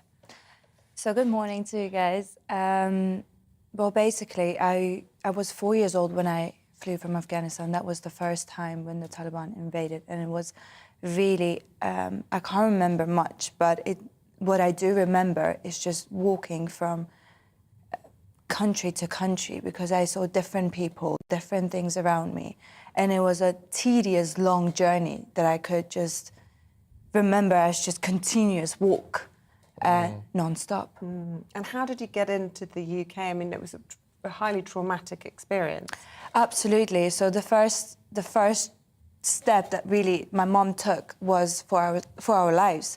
So she decided to move from Afghanistan to Iran and then Turkmenistan, and then from there, how we got to Germany and then to Holland. And that's where we gained our national citizenship.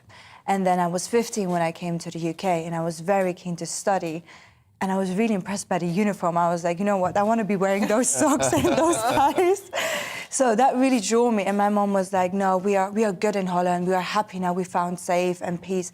But then I really wanted to push it forward. And it was something that I always wanted to do in my heart. So I kind of followed it. Well, look, now you're here. Now you're competing for Miss England.